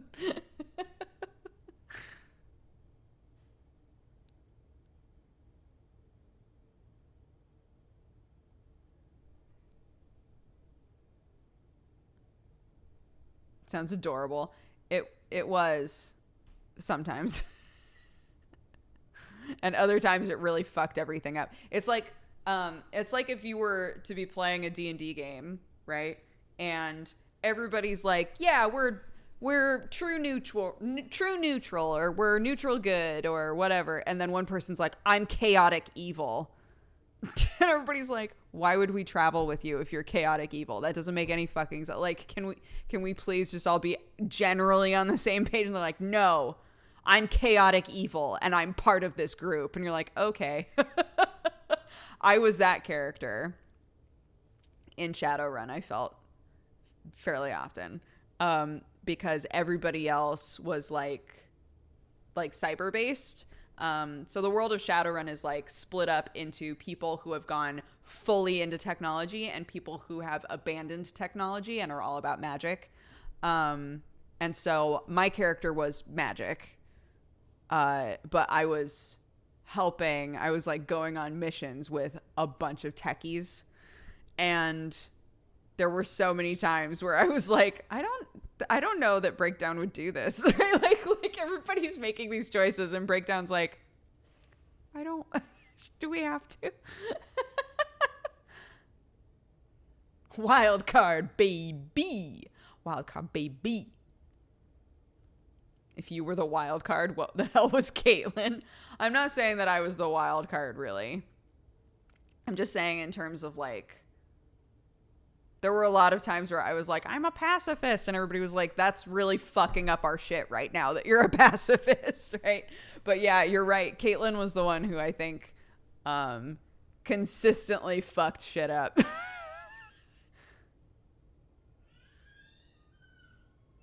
How do you feel about chaotic neutral? I think people choose to be chaotic neutral when really they're evil. I think that happens more often than not. People will play a D&D game and be like, I'm chaotic neutral. And then they'll do things that are evil. They're like, no, I'm not evil. I'm just doing whatever I want to do because I'm chaotic neutral. And everyone's like, right. And everything that you want to do is evil. So you're evil. You're an evil person. So.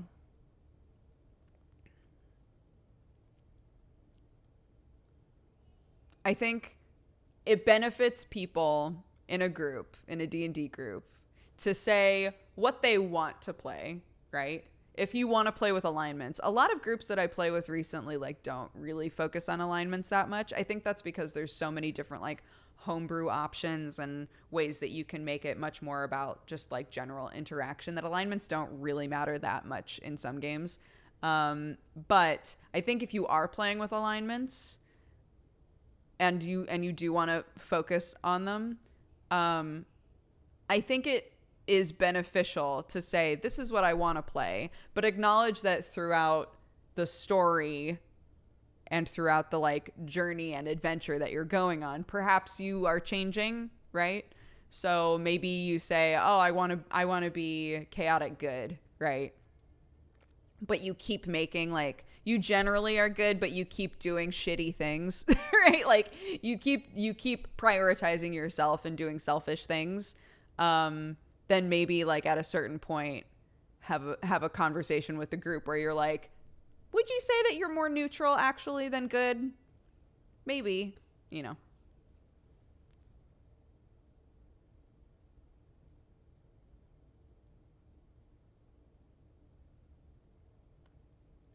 Absolutely. Yeah, I think that a lot of people are starting to feel that way, that it's more important to say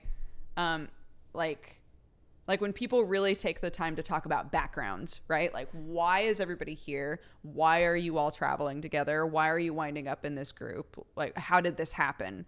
Establishing that typically winds up being more important, because over time of playing together, assuming that everybody like consistently plays together and generally like moves in the same direction, you'll probably wind up with a group.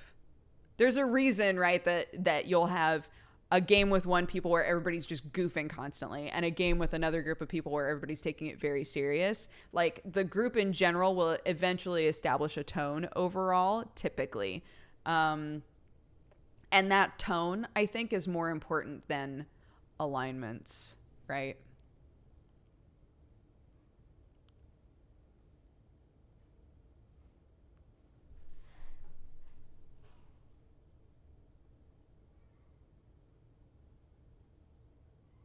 I fell asleep and just woke up. Are we talking about D&D? Yeah, we're talking about D&D.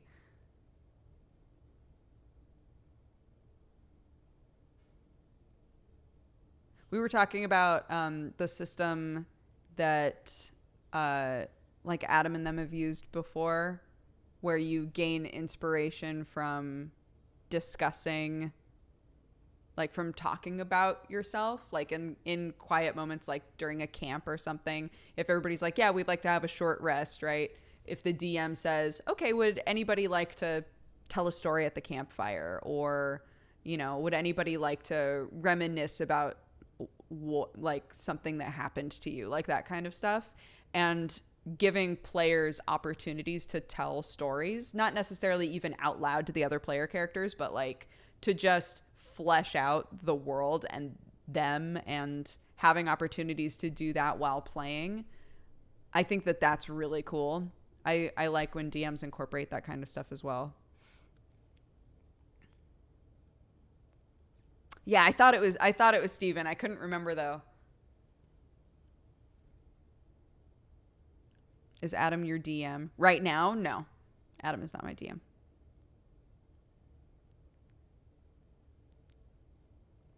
I'm so bad at that because I can never think of it in the moment. I guess, like, for me, when I make characters, I've said this before, when I make characters, typically I start with, like, a voice, or I start with, like, one character trait, right? I start with, like, a vice of some kind, typically. And I think that from there, sometimes you have to ask yourself, like, where did that come from? Right? Like, what established this person? And even just knowing that kind of generally, when you're put on the spot, if you're put on the spot, which I don't think that there's ever been a situation where it's been like, and now you, Dodger, you have to tell a backstory, right? That's that's pretty rare. But where did Slime Boy come from? I really wanted to make like a selfish piece of shit character. Again, I started with a vice, right? Juliet, I wanted to make somebody who seemed extremely vapid and like unintelligent. Like I really wanted to make that character. Yeah, with Eugene, it was entirely like, I want to make somebody who just seems like kind of a, yeah, you know, sort of dude. I think it's more interesting to start with what is difficult about this character. Like what about them makes it hard for people to interact with them. I think it's interesting to start from that point for me, and I don't know why. My current character is a hobgoblin, and a hobgoblins in general tend to be like evil. They're like really structured. They're typically lawful evil, right? So that just as a society, like they're very structured, and they're very no nonsense, and like, you know, you don't get second chances, right? That kind of stuff. And so playing as a hobgoblin who is with normal ass people, and I gave her the soldier background. So she was in a war with hobgoblins, but for whatever reason, right, in her backstory, is now not in the war anymore and is not with the hobgoblins anymore. And it all like kind of ties into how the game is run and mechanics of the game, why that is. But she's with normal people now, right? And like and has been for enough time that she knows that the way that hobgoblins operated doesn't really fly for like humans and half elves, right? Like it's not gonna fly, but it's not something that she can just not do, right? So she's like very no nonsense. She doesn't lie to people ever. She just says exactly what she's thinking, and it's really off-putting. And I like building a character off of that, you know? No, it's a private game with some buds. But yeah, it's fun. It's fun building a character from flaws, is I guess what I'm saying. Some butts. Yeah, I'm playing with a few butts.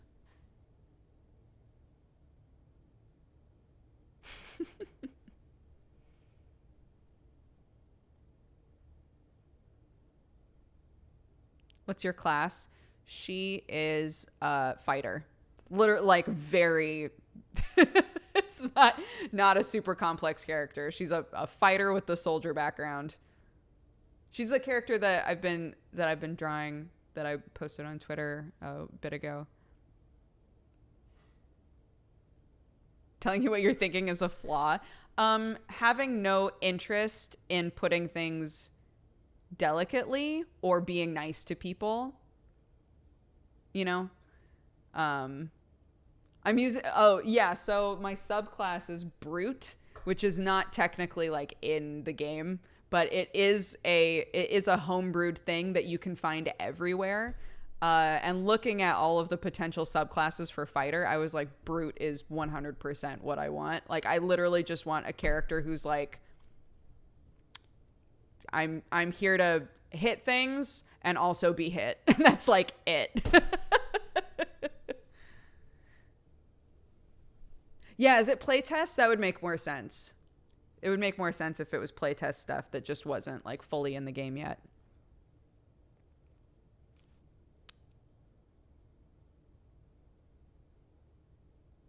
It's subjectively a flaw. Sure. I appreciate when people have some tact in interacting with people. like having no interest in being nice to someone, I think is a flaw. Yes.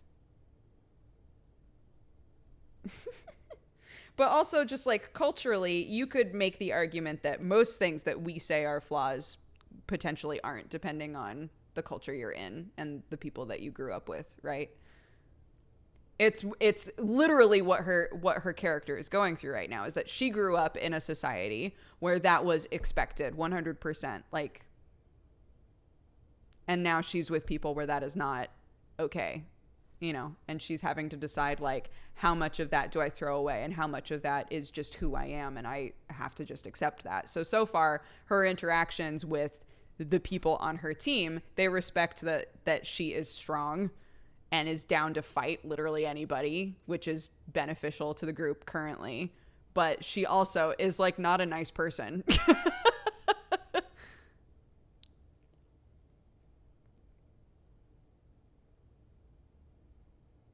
Is there anything unexpected about the character? Yes. Inside of the universe, and the reason that she's not with the hobgoblins anymore, I think is like an unexpected element to her character. Politeness is a weakness in my country.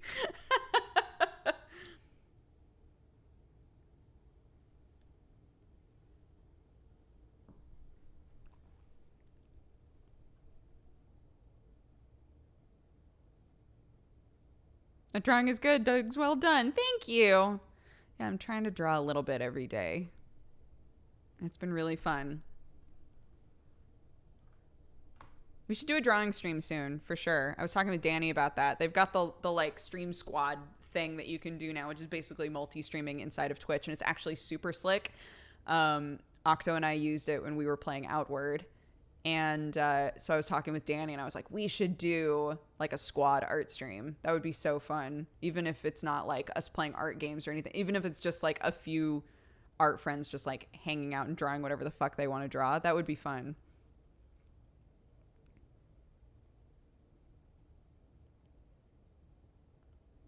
I'm so rusty. Dude, me too. Like, I feel very, very rusty. It's been so fun to start drawing again.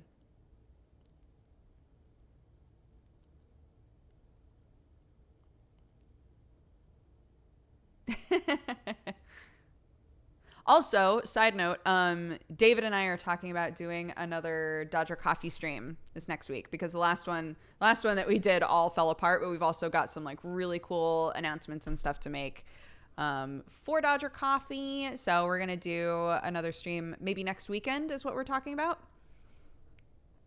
So yeah, keep your eyes peeled. And if you haven't checked out the coffee company before, it's Dodger Coffee Co. And Gobi actually just linked it in chat.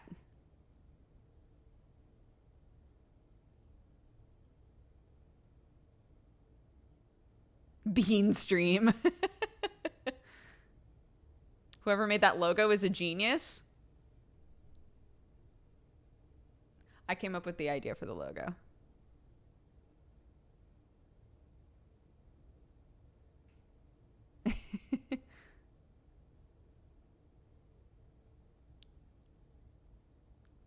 How did you get such a large following? I started doing YouTube like nearly 10 years ago, and I built up viewership on YouTube.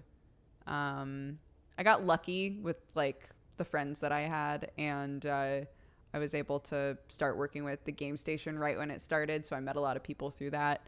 But yeah, I like built up viewership on YouTube first, and then when I transferred over to Twitch and started streaming at the same time, a lot of viewers from YouTube came over to Twitch. Long patient suffering. Hi, Brett. How are you? Brett is our DM. Brett, I hope that's okay to say. We were just talking about D&D characters and like developing characters and alignments and whether or not alignments matter and all that kind of stuff. So I was talking about my character. Yeah. But yeah, Brett Ultimus in chat is our DM for our game. I recently created a character that's basically a giant baby monster that the party has to raise. How well do you think that will go in a game?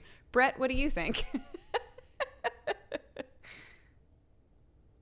Why would it not be? Because it's not a streamed game, and I don't know how much people do or do not want to be acknowledged as being part of it. I have no idea. So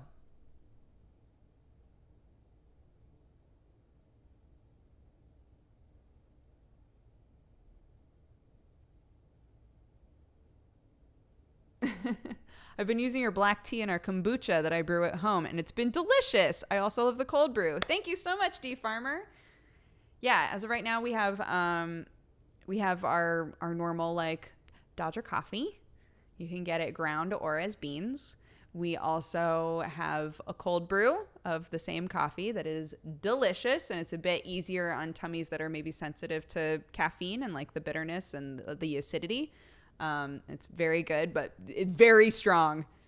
And then we have a black tea, and we have a coconut green tea. That's very good.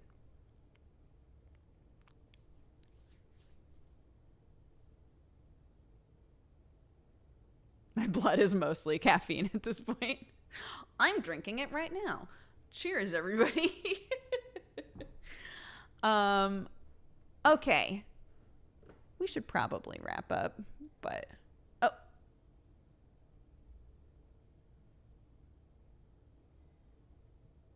Oh, those are great, David. Is the baby a baby giant or a giant adult-sized baby? It depends on a lot of things. That's fair. I just received my cat gang stuff, the house cat hoodie, tee, and pins. I want to say I love them. I always get positive comments about my meow meow one, so I can't wait to show off the newbies. Thank you so much. Do you just drink your own coffee nowadays? I'll be totally honest. I try a lot of different coffees.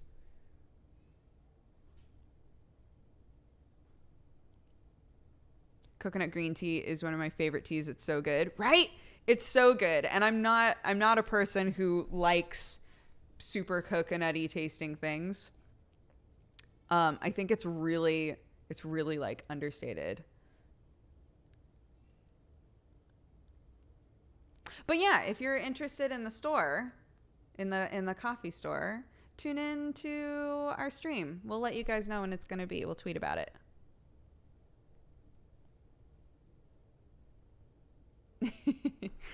Okay, I gotta get going. But thank you guys so much for watching today. Let me read off the event list. I'm sorry that the alerts haven't been working for days. That's my bad. I feel like I definitely do want to mess around with my with my alerts. Because I think specifically gifted subs, it would be nice if it said the person who's getting the gift and also the person who gifted it. So yeah, I'll mess with it. I'll mess with it a bit. Fulians, thank you so much for the 5 months. Quiet Fire for the 28. Hallenbeck, thank you very much for gifting subs to Davis Davin Chago. Nosum 5, Dane 1, I Prefer PC, and the Crazed Tortoise. All of you, welcome to the Cat Gang, or welcome back for some of you. Hollenbeck, thank you very much for those. And Noel, thank you so much for the 7. Switzerland's Otters for the 26. Aiden Serenity, thank you for gifting a sub to Captain Firebeard. Lady Jan, thank you for the 10. Cold Fever for the 10 as well. Captain Pusek for the 51. Random Lights for the 38. Hawkins the Pie King, thank you very much for subscribing. Welcome to the Cat Gang. Dead Carrots, thank you so much for the 13 months. Captain Firebeard, thank you so much for more biddies. I posted some obligatory cat pics on the Safe for Work section of your Discord. Amazing. Thank you. CK Tofu, thank you again for the 4 years. Happy anniversary, dude. Vitamin B's for the 28. Zaref, thank you for the 33. Weird Uncle J for the 32. Off the Wool Man, thank you for the 4. Frake Mall for the 13. Jane Naps, thank you for the 21. Mr. Hyde for the 9. Happy Twitch, baby. Schleicher, thank you for the 8. Jason, thank you so much for all the biddies. Devoted to Chaos, thank you for the 33. Dandy Bat for the 4. Sushi, thank you again for the biddies. Doog Fight for the 17. Harlow for the 53. Koinu for the 21. Captain Firebeard for more biddies. Ihu, thank you so much for the 2. Jen, thank you for the 5. Veltrox for the 13. Falikin for the 32. Crumbling Biscuit for the 19. Acrobatic Cupcake, thank you for the 10. Shadowblood for subscribing. Welcome to the Cat Gang. Crystal Gem Larimer, thank you for the 10. Tony the Tones for the 18. To Almighty King for the 14. Offered Leak for the 19. Garth, thank you so much for all the biddies. It's been a while since I last caught a stream. I got a job. I now work 47 hours a week. Holy shit. That's a lot of work. recently been rebuilding my PC and desk from scratch, so that's been my spare time. It's good to catch a stream though. And I got a table for CoxCon, so I'm making cool things to sell now too. That's awesome. That's so completely up your alley, dude. I'm so glad for you. I'm very happy for you. Hopefully you'll get to swing by when you can, but I'm very happy for you, dude. Grey Botanist, thank you so much for the biddies as well. You inspired me to try and beat Darkest Dungeon finally. My first true dungeon. My Crusader steals 3 packs of loot and then has the audacity to die. No, I believe in you. You can totally do this.